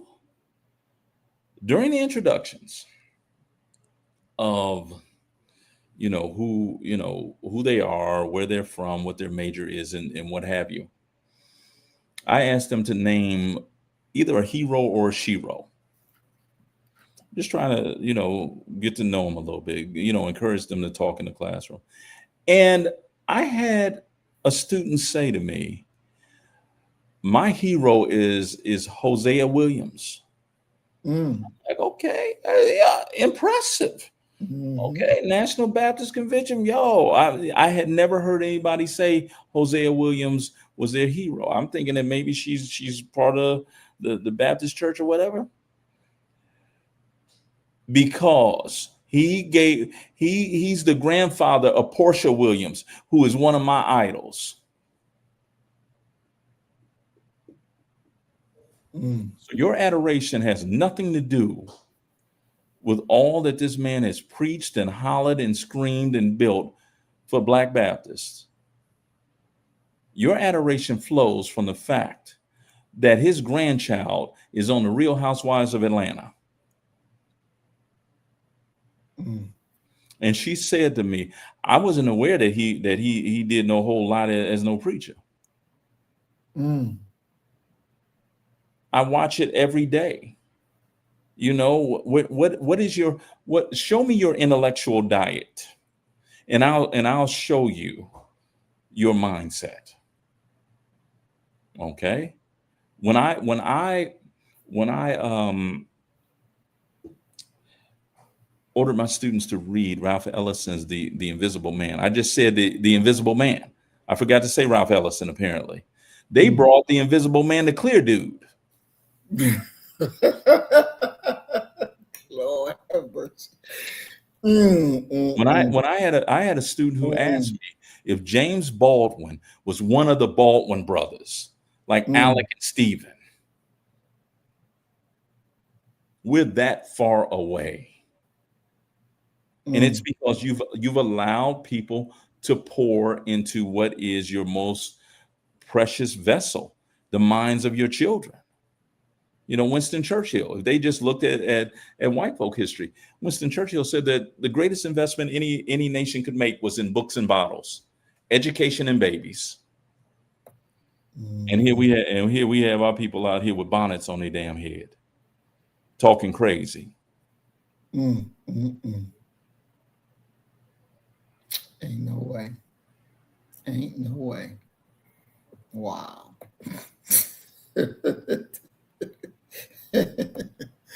Damn. You know, this is what I just keep thinking, like, where the hell these children, where are you getting these children from that's coming to your class? They don't know shit. It's like, God damn. And this supposed to be the future for us? Ain't no fucking way. It is. Well, this is the thing, and we're coming up on our homecoming, and this will be. You want to talk about generational warfare? Yeah. When the older alums come and they see what the younger folk, even their dress and their appearance, they are aghast because you've been away too long. Okay. Been away too long. You haven't been here to see the gradual degradation and erosion of Black culture and of Black priorities. You haven't. And so it's going to be startling. It's the difference between you seeing your child every day for 2 years and somebody that hasn't seen them for 2 years comes back and be like, man, you done got tall. Man, you done got big. Because you missed that process of them growing tall. They are a lot of people who are not on the front lines with our children have missed that process. And I'll tell you this honestly, that it's either feast or famine with them. They either are really on it and they get it, or they have no intellectual curiosity or no interest in anything that matters. And it's unfortunate. And how do you, out of all the things that you can gift somebody or give someone, intellectual curiosity is not one of them.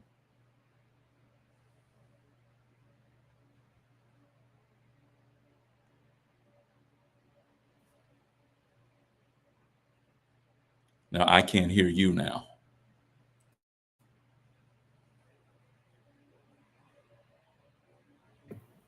Okay. So I got this last video that I want to share because it goes into my next question that I have for you before we wrap up. So let me share.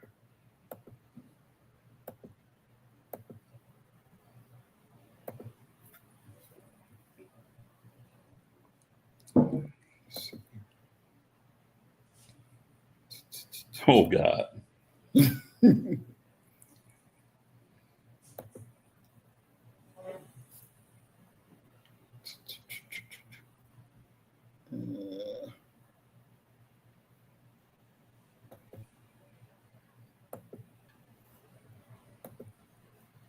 I can't get the dang thing to play.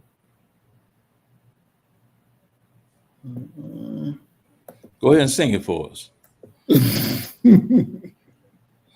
So somebody can tape it and malign your character. Mm-hmm.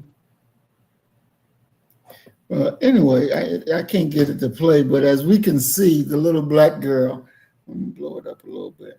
She's in her class. I don't know what grade it is.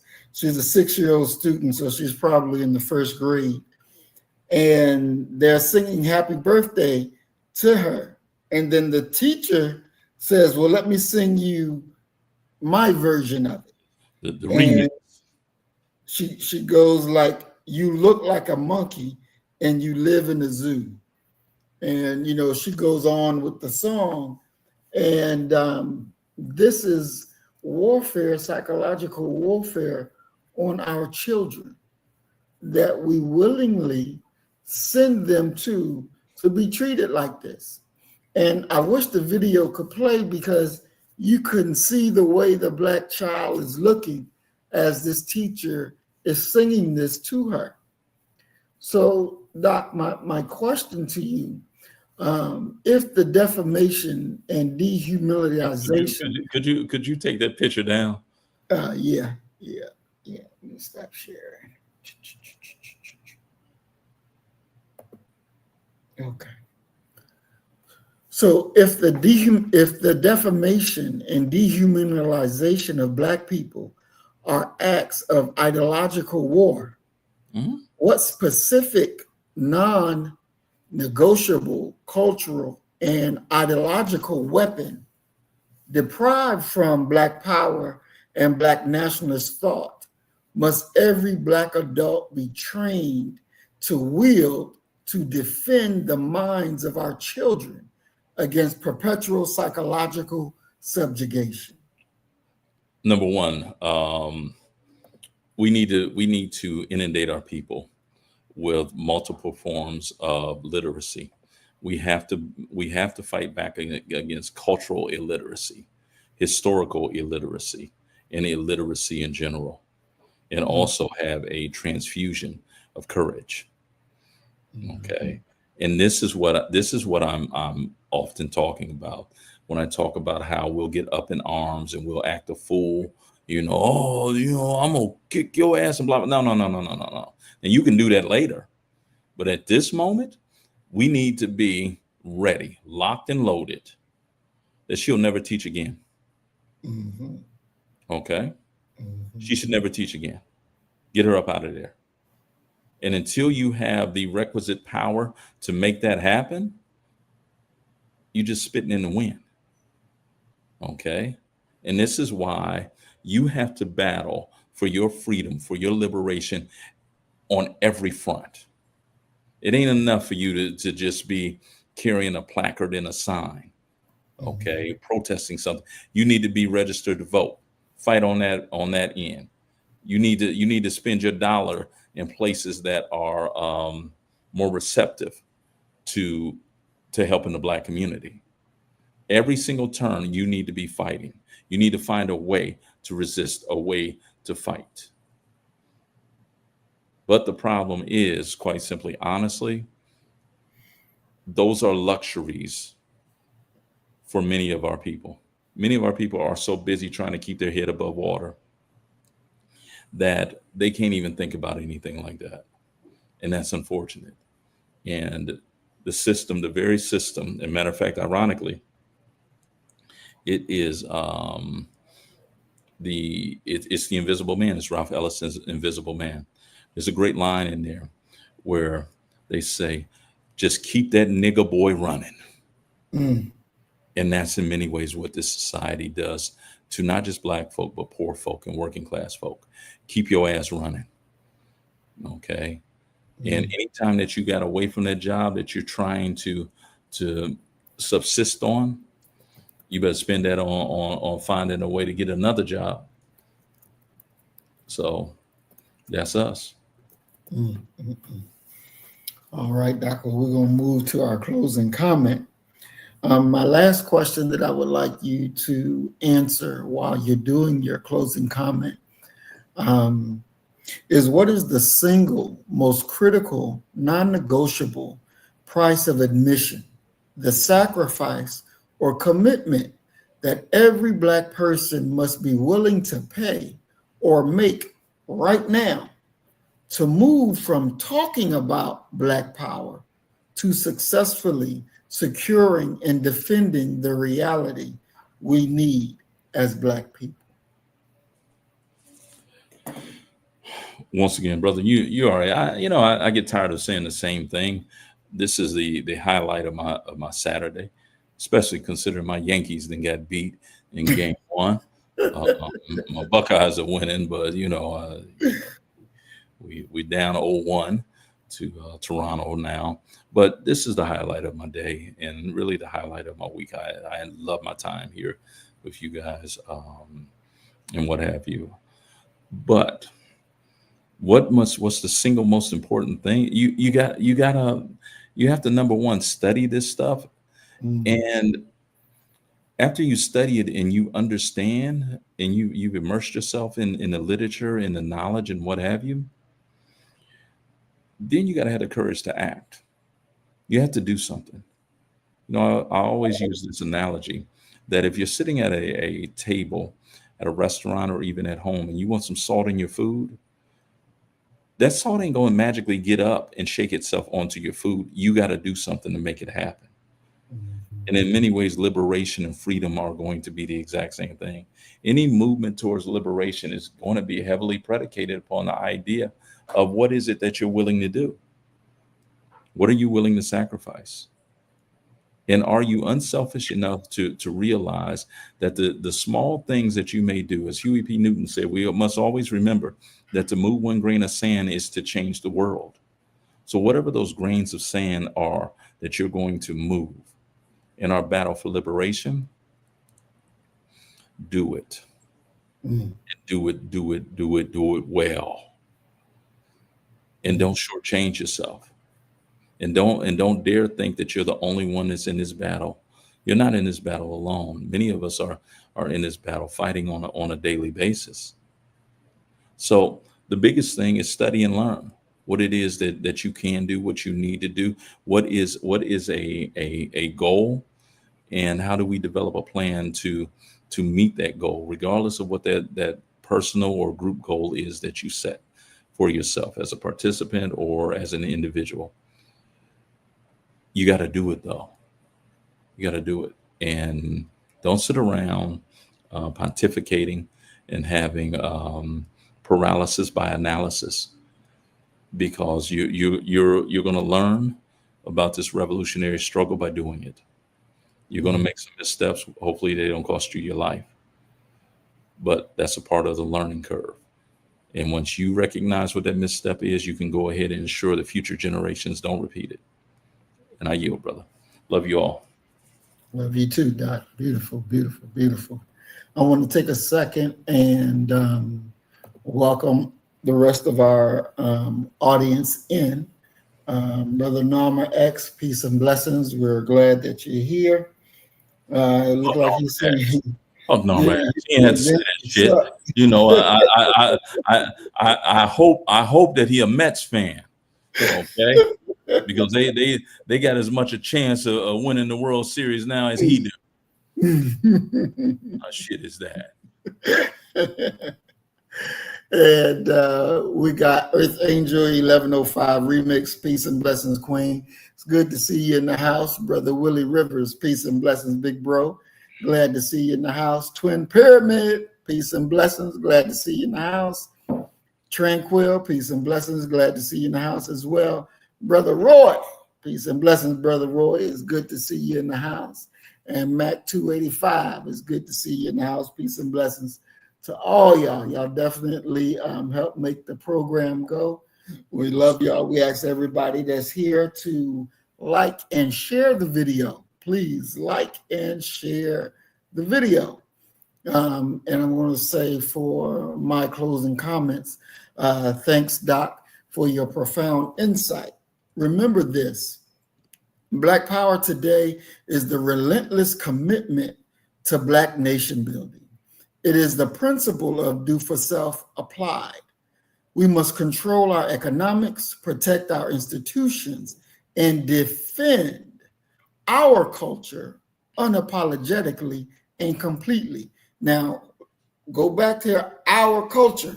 That bullshit that y'all be looking at on video and all that foolishness, that's not Black culture. That's not Black culture. So we don't defend that foolishness because that is not Black culture. The foundation of our liberation is not in the hands of others. It is in the unity and the organizational capacity of Black people. So go forth this week, mobilize, organize, and build. This is the work. This is the movement.